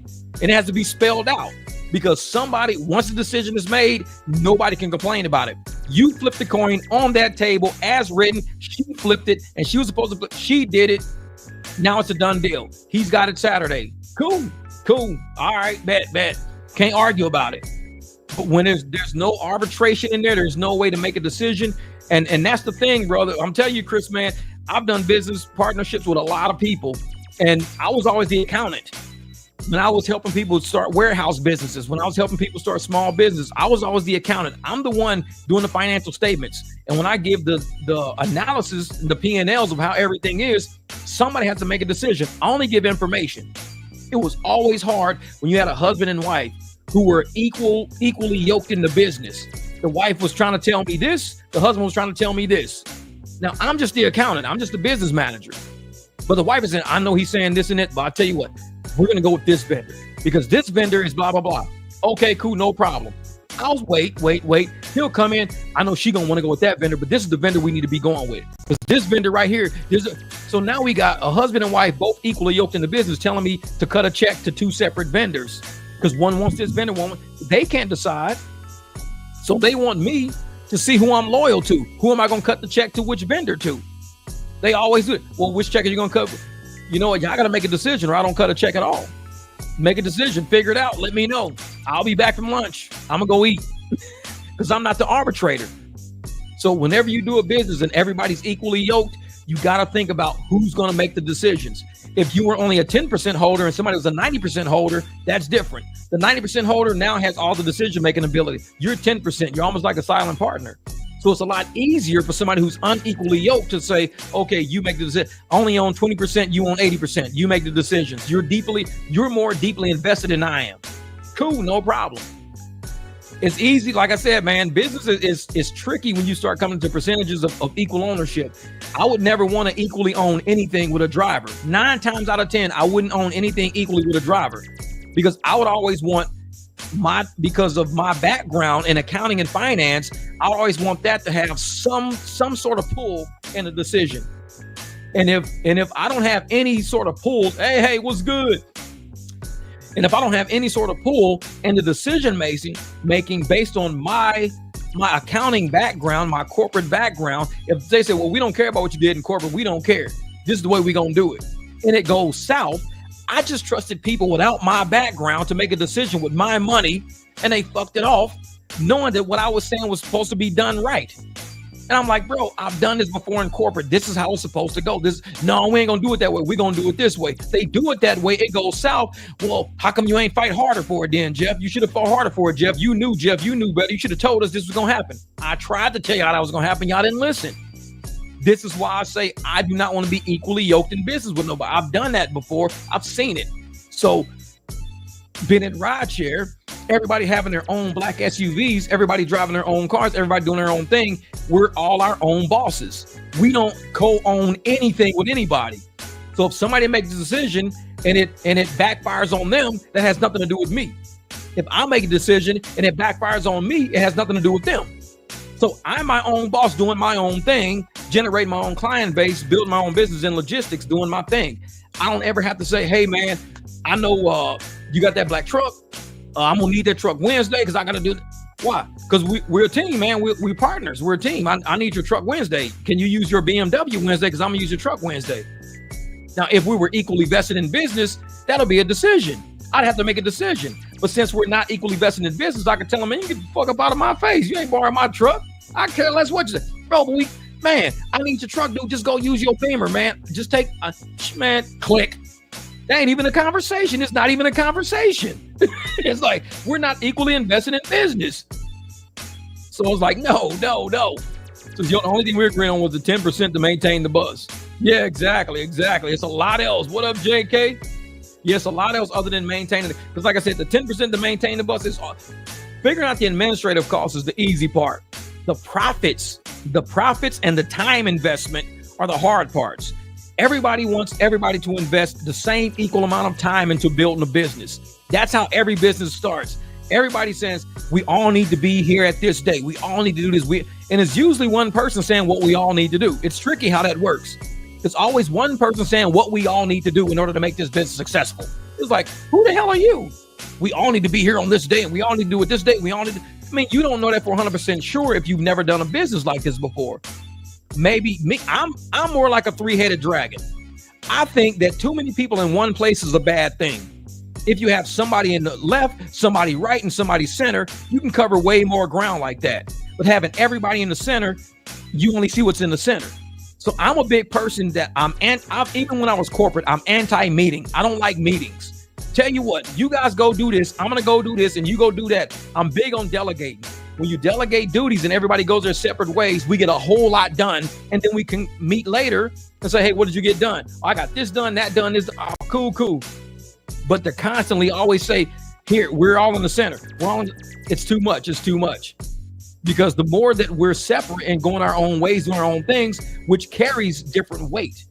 And Chris, it's the same thing with building a bus. One of you guys might be like, well, I'm going to go deal with bus maintenance today. Another guy might say, well, I'm going to go set up website stuff today. Another guy says, well, I'm going to go set up marketing and sales material over here. So it's 3 people going in 3 different directions, which all carry different weight, but it's all going in the direction of the business. And if each one of you guys can obtain success in it, the business goes forward. But if one of you guys drop the ball, it's like, hey, we got enough clients. We're good with this. Oh, the website is amazing. What about the maintenance? Oh, man, I ain't got around to the maintenance yet, man. I've been too busy. I ain't got around to the maintenance yet. Okay, what about tomorrow, man? I ain't going to be able to get to it tomorrow. Maybe like next week I can get to it. So that means Somebody who already got their job done is going to say, well, I'll do it. Just like the school project. Somebody who already got their part done now is doing your part because you got tied up or you got busy. So now they're going to be like, well, why are we even including this dude? Because he ain't never around. He'll never get nothing done. We always ask him to get something done. He don't get nothing done. But he comes to the meetings all the time, but he don't never get nothing done. So all of a sudden he's like, well, y'all just going to cut me out of deals now? Well, we always ask you to get something done. You never get it done. He said, well, I come to the meetings. Well, that's cool that you come to the meetings. When you come to the meetings, you never have nothing done. You're always saying the reasons why you don't have stuff done, not why you do have stuff. We're getting stuff done. You're not. We have to carry your weight. So you're like a third wheel that we're carrying because you can't pull that extra weight. So now we're pulling your weight and you're in this partnership and it's all supposed to be equally yoked. So at that point, you got to start realizing I'm in business with somebody who I'm going to have to carry. And like I said, a partnership is like a marriage. It's sort of like that. If you're in business with somebody, you got to carry. Be willing to know how much of a load you can carry. Because if you got somebody who ain't carrying a whole lot of weight, you got to be sure you can do that. A lot of people right now won't hire like the generation that's the cell phone generation X, Y, Z, whatever they call themselves now. The cell phone generation, because they're tied to their cell phones. They can't pay attention to a project long enough without putting their phone down. Almost like my son, when he was driving with his phone in his lap, and I told him, just put your phone in the thing. So he put his phone over there. That generation. It's like, you don't have to live to your phone. Real life is occurring. The phone is not going anywhere. This is all digitally trapped information. It'll be there when we get ready to open this little computer up. It'll all be there. We've got to deal with life in front of us. Sometimes that's how the cell phone generation is. So if they don't pay attention to the real business that's going on, it's going to be hard to form a partnership with them because you guys are doing real life transactions, real life. They're screwing around on phones and online they're not getting anything done. They're texting people, they're doing videos, they're doing Snapchats, they're doing crazy shit. When it's time to, hey man, what you get done last week? Well, I was trying to, that's your first excuse. I was trying to, yeah. I was about to, I was finna, yeah. You've been on that phone the whole time. That's what it is. That's why people have a hard time forming partnerships with certain people because we're the busybodies. We get stuff done. Yeah, millennials, exactly. Like if I say I'm going to Home Depot right now, shit, I'm in a truck headed to Home Depot. I'm loading up that truck full of wood. I'm driving my ass back. What up, Jamil? And I'm driving my ass back with a truckload full of wood. My neighbors, they be watching me. My neighbors be like, man, every time we come outside, man, you working on one of these cars. You doing something to the house. Cause I'm not in my phone like that, man. I got a hammer in my hand. I got air tools. I got wrenches. I got drills. Dude, I'm not in my phone like that. And there's so many of the younger generation, they get trapped into their phones that they can't really take care of a property. That's why this whole, you're going to own nothing and be happy. You're going to rent for your rest of your life. A lot of people like that because they could never own a home. They would know the first thing of what to do. If they had to fix something, first they would need money to call somebody to fix it because they wouldn't know how to do it. They don't even have the tools to do it, nor the attention span to do it. So they thinking it's probably perfect to own nothing and have other people be landlords and take care of everything. They probably think it's perfect. Me, I like to do my own thing. If I want to build a wall, I want to build a wall. I don't want to call somebody to build a wall. I want to build a wall. I ain't got shit else to do today. Why don't I just build a wall? So I do it. I dug up all them bushes that was in front of my house, dug deep holes, put poles in there, and I built me a big ass wall. And all my neighbors like, dude, that is the nicest looking little wall right there. That's what I do. I like to build shit. But the generation we have now is not like that. They want to, be on their phones or they want to call somebody to come do it. So they rather not even own anything. Let somebody else deal with it all. Let somebody else deal with it. And imagine those type of people going in business. Like my son, like I was telling you guys earlier, my son was like, they want to start an LLC and all this stuff. So I was giving them all the ways to start an LLC, from the fictitious business name to, registering with the state, to getting bank accounts set up, to getting, man, and all these, and he's probably sitting there like, well, we just thought it was just saying what the name was and buying some equipment. It's a lot more to it, man, especially if you're going into it with other buddies, a lot more to it. So I'm trying to help him learn that, man. Just forget that. My dad's like, you Jeff, anything broken and not working, fix it ourselves. Exactly. Because why pay somebody to do it? I mean, you're going to sit there and watch them do it and be like, man, I got a Phillips screwdriver. I could have did that. Wait a minute. A hammer? I could have did that. and you just came out like $175, and it's like they took out a hammer and a screwdriver. And you're like, bro, we got that in the garage. We could have fixed that. So how'd you learn to build stuff? School? I learned to build stuff from living in the hood. Because when you're in the hood, you don't have money to pay nobody. Everybody's broke. So if everybody's broke and you can't call people in to fix nothing, you got to learn to be very resourceful.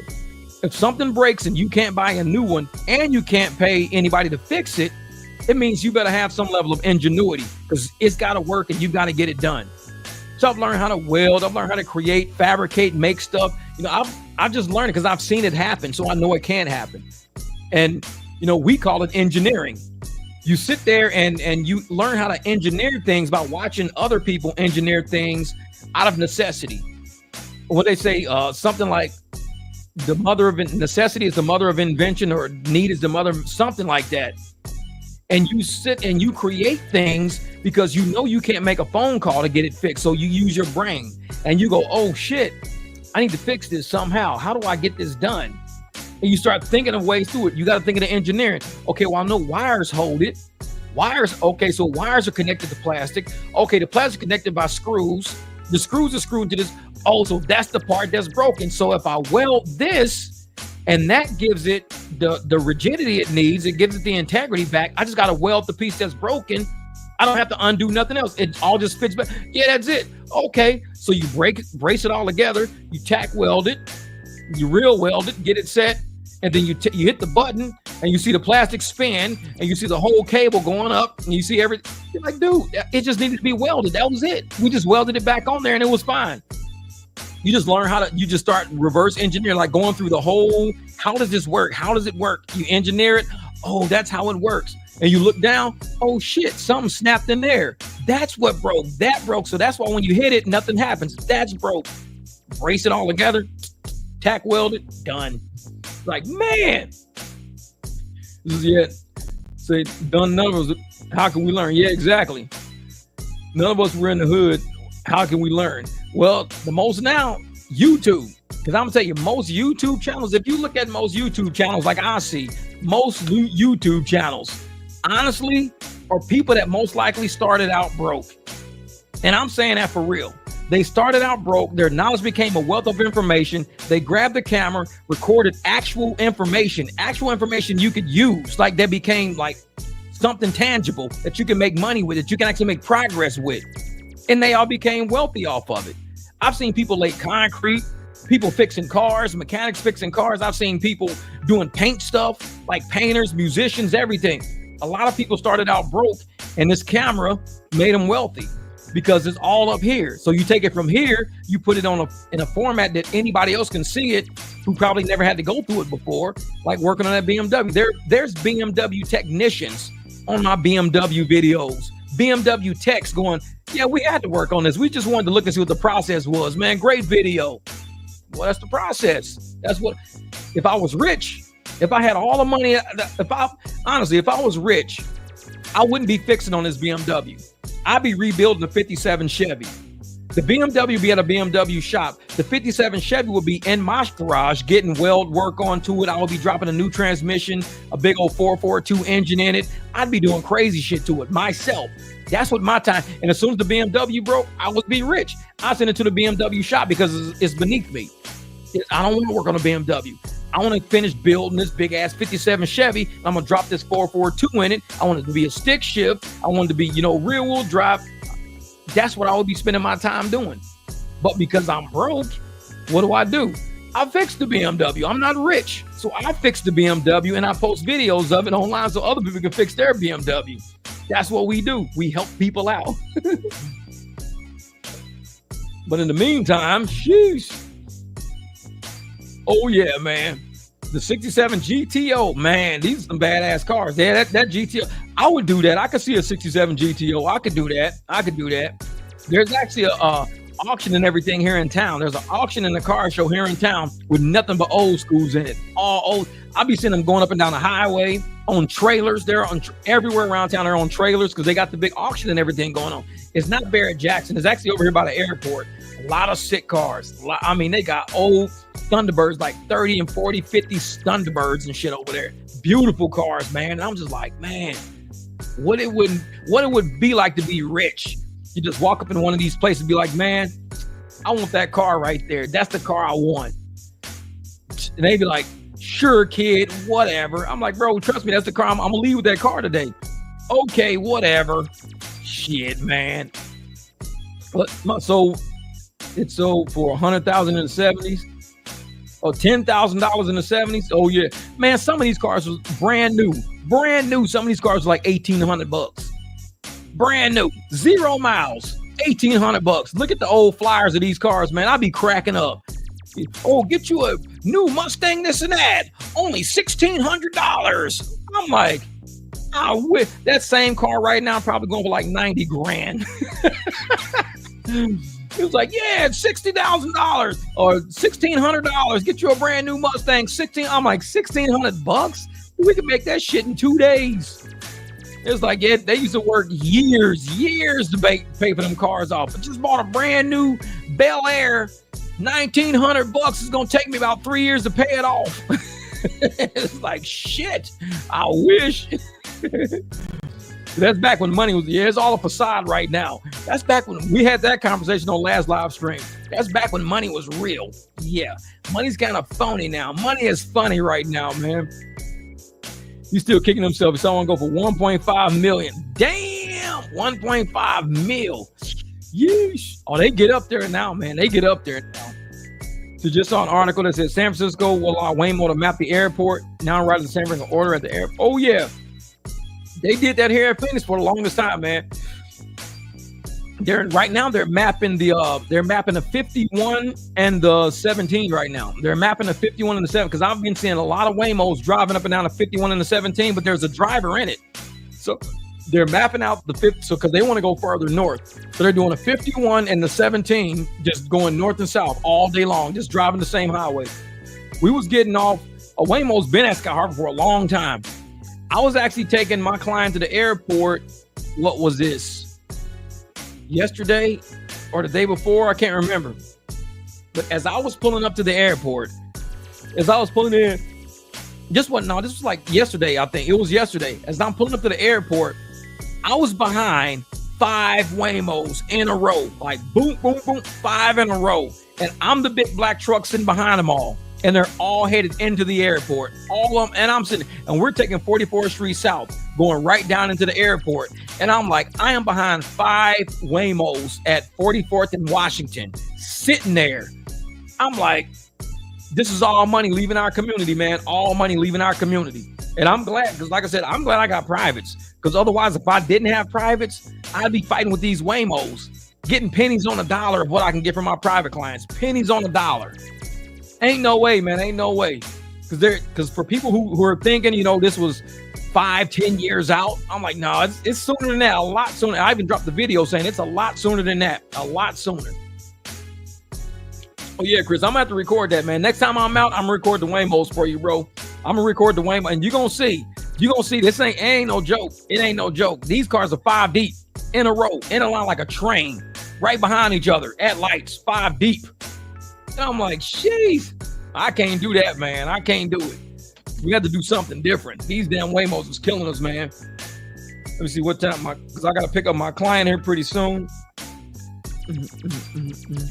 Oh, hold up for a second. I got to, no, my son's texting his mom through the air. It's stupid. Yep, so my client is still good. All right, bet. Because I got to be there.